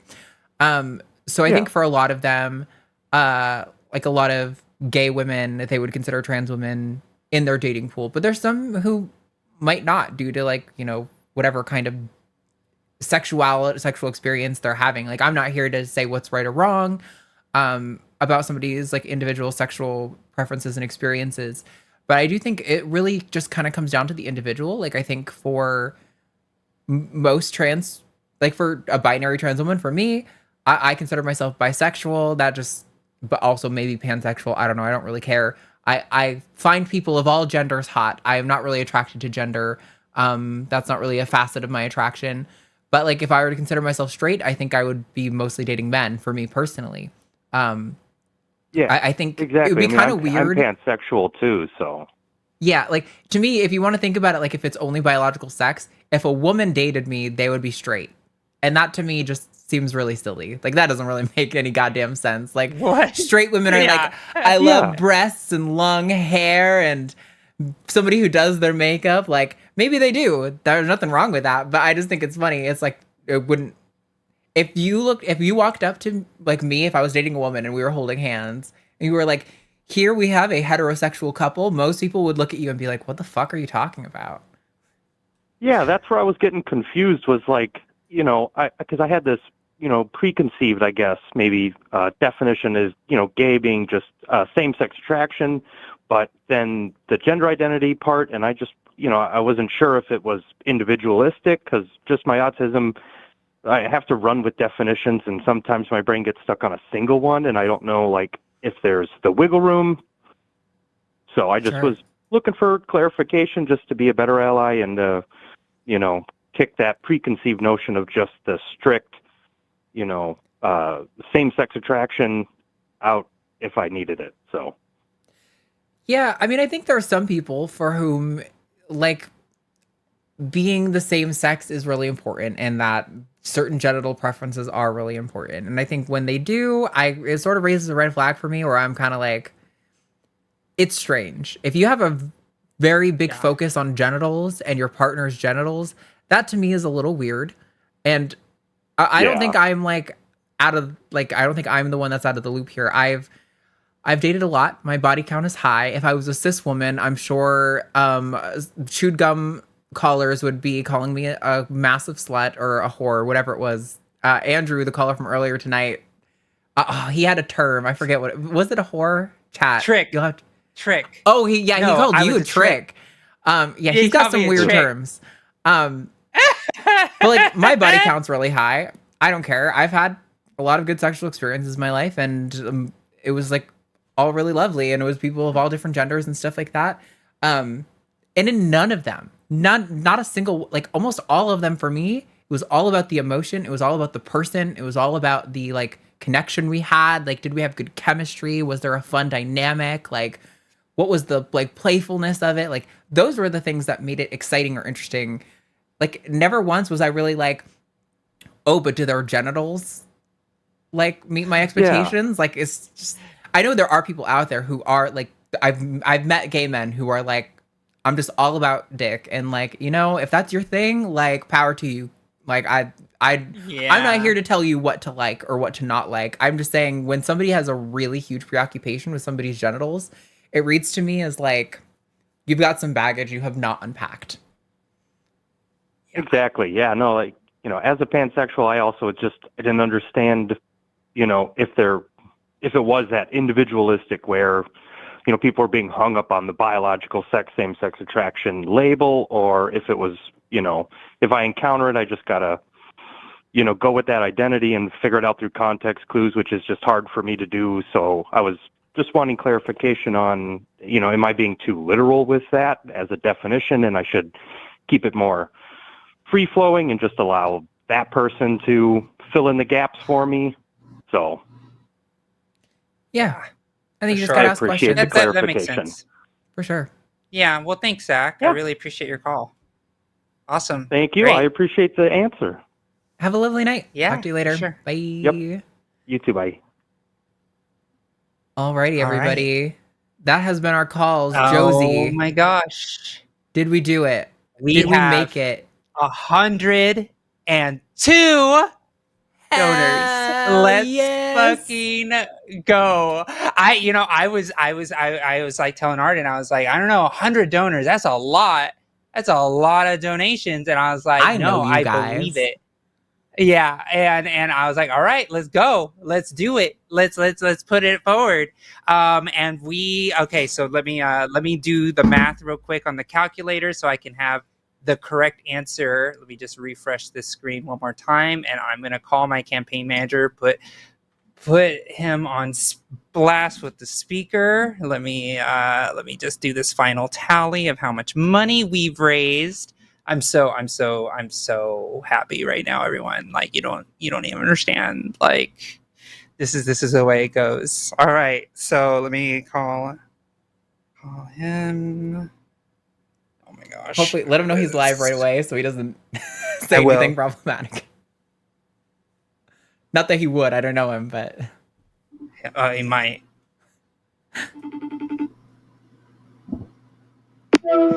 Hey, Liam, you are on the line. I was literally thinking to myself, lady, I'm getting old here. I know. Can you hear him? Can y'all hear him? Okay, great. So, hello, you are live on the line, and we have some good news to share with you because they wanted to get your live reaction. We just got 102 individual donations totaling up to almost $2,500. Wow. Wait, I'm live? You're live. Josie. No, Okay, so to everybody listening, my name is Liam Kahn. I'm her campaign manager. I'm out with my fiance, and of course, she does this to me because this is my life, and this is what I put up with. So. Wow, wait, hold on. So so to everybody listening, are y'all telling me that y'all got her $2,500 in donations tonight for this campaign? Josie, is that what you're telling me? Yes, and 102 individual donors.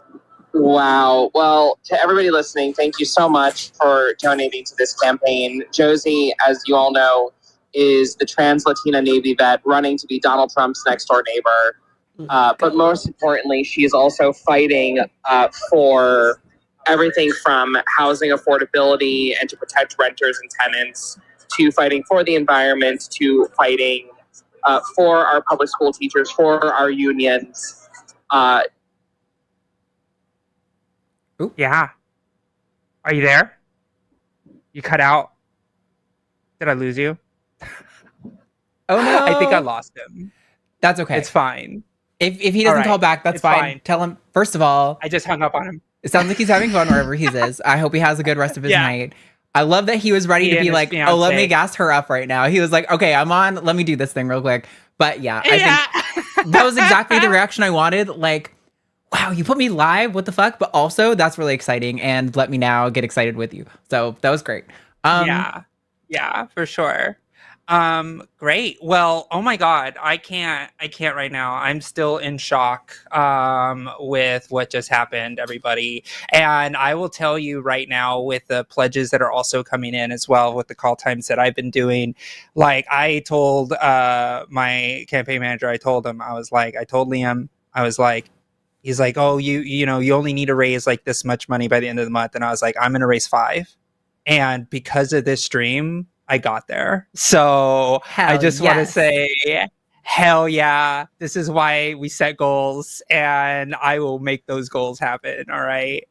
And you made it happen. Thank you. Good job, everybody. I really appreciate you. I realize we're getting close to the SSA fundraiser, so I know it's kind of a big ask to have like a big donation drive like this, but Josie's family, we love Josie, we love what she's doing, and we're gonna get her in that fucking office. And you guys are going to be able to say that like we were in part responsible for that. You know, we collectively got a progressive elected. He wants me to call back. Call him back. He wants to finish the conversation. Okay. Hey, you're back. You're back on. Yes, you were talking to the audience. Go ahead and continue. Well, I don't know where I dropped off, and I apologize to everybody. You dropped off around renters and teachers. Well, exactly. Everybody knows that Josie is the candidate of renters and teachers. She's a candidate that is pro-environment, and she is the candidate who is going to change Montgomery County for the better and work with amazing public officials, you know, right alongside with them and work with them in tandem to make Montgomery County a place where people not only can put down their roots, but want to live and want to stay and make their lives. So thank you to everybody. And Josie, don't you ever do this to me again. That's the reaction that what they wanted. Do you understand? Like that was the goal, is the surprise call if we hit the goal.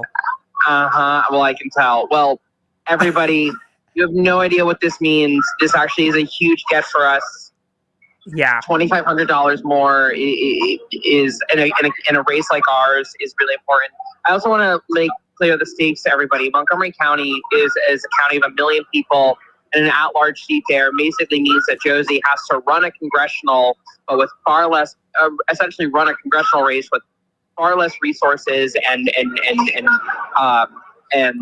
I would say, and I would argue, with far less attention than would normally be supplied to such a kind of race. So thank you to all of you for being willing to put in, your dollars into this race. That just tells us that what we are doing is the right thing, that the audiences we are engaging with are the right audiences to engage with.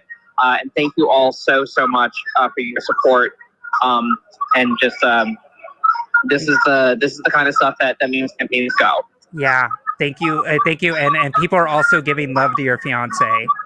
And tell him he's long suffering. He's a long suffering fiance, and he's currently chowing down on his food at dinner, and I'm staring at mine because I'm on the phone with y'all. Go eat. Well, thank you. Go eat. Everybody's saying go eat now and have fun and snug your fiance. They all love him already. They say you're so much fun.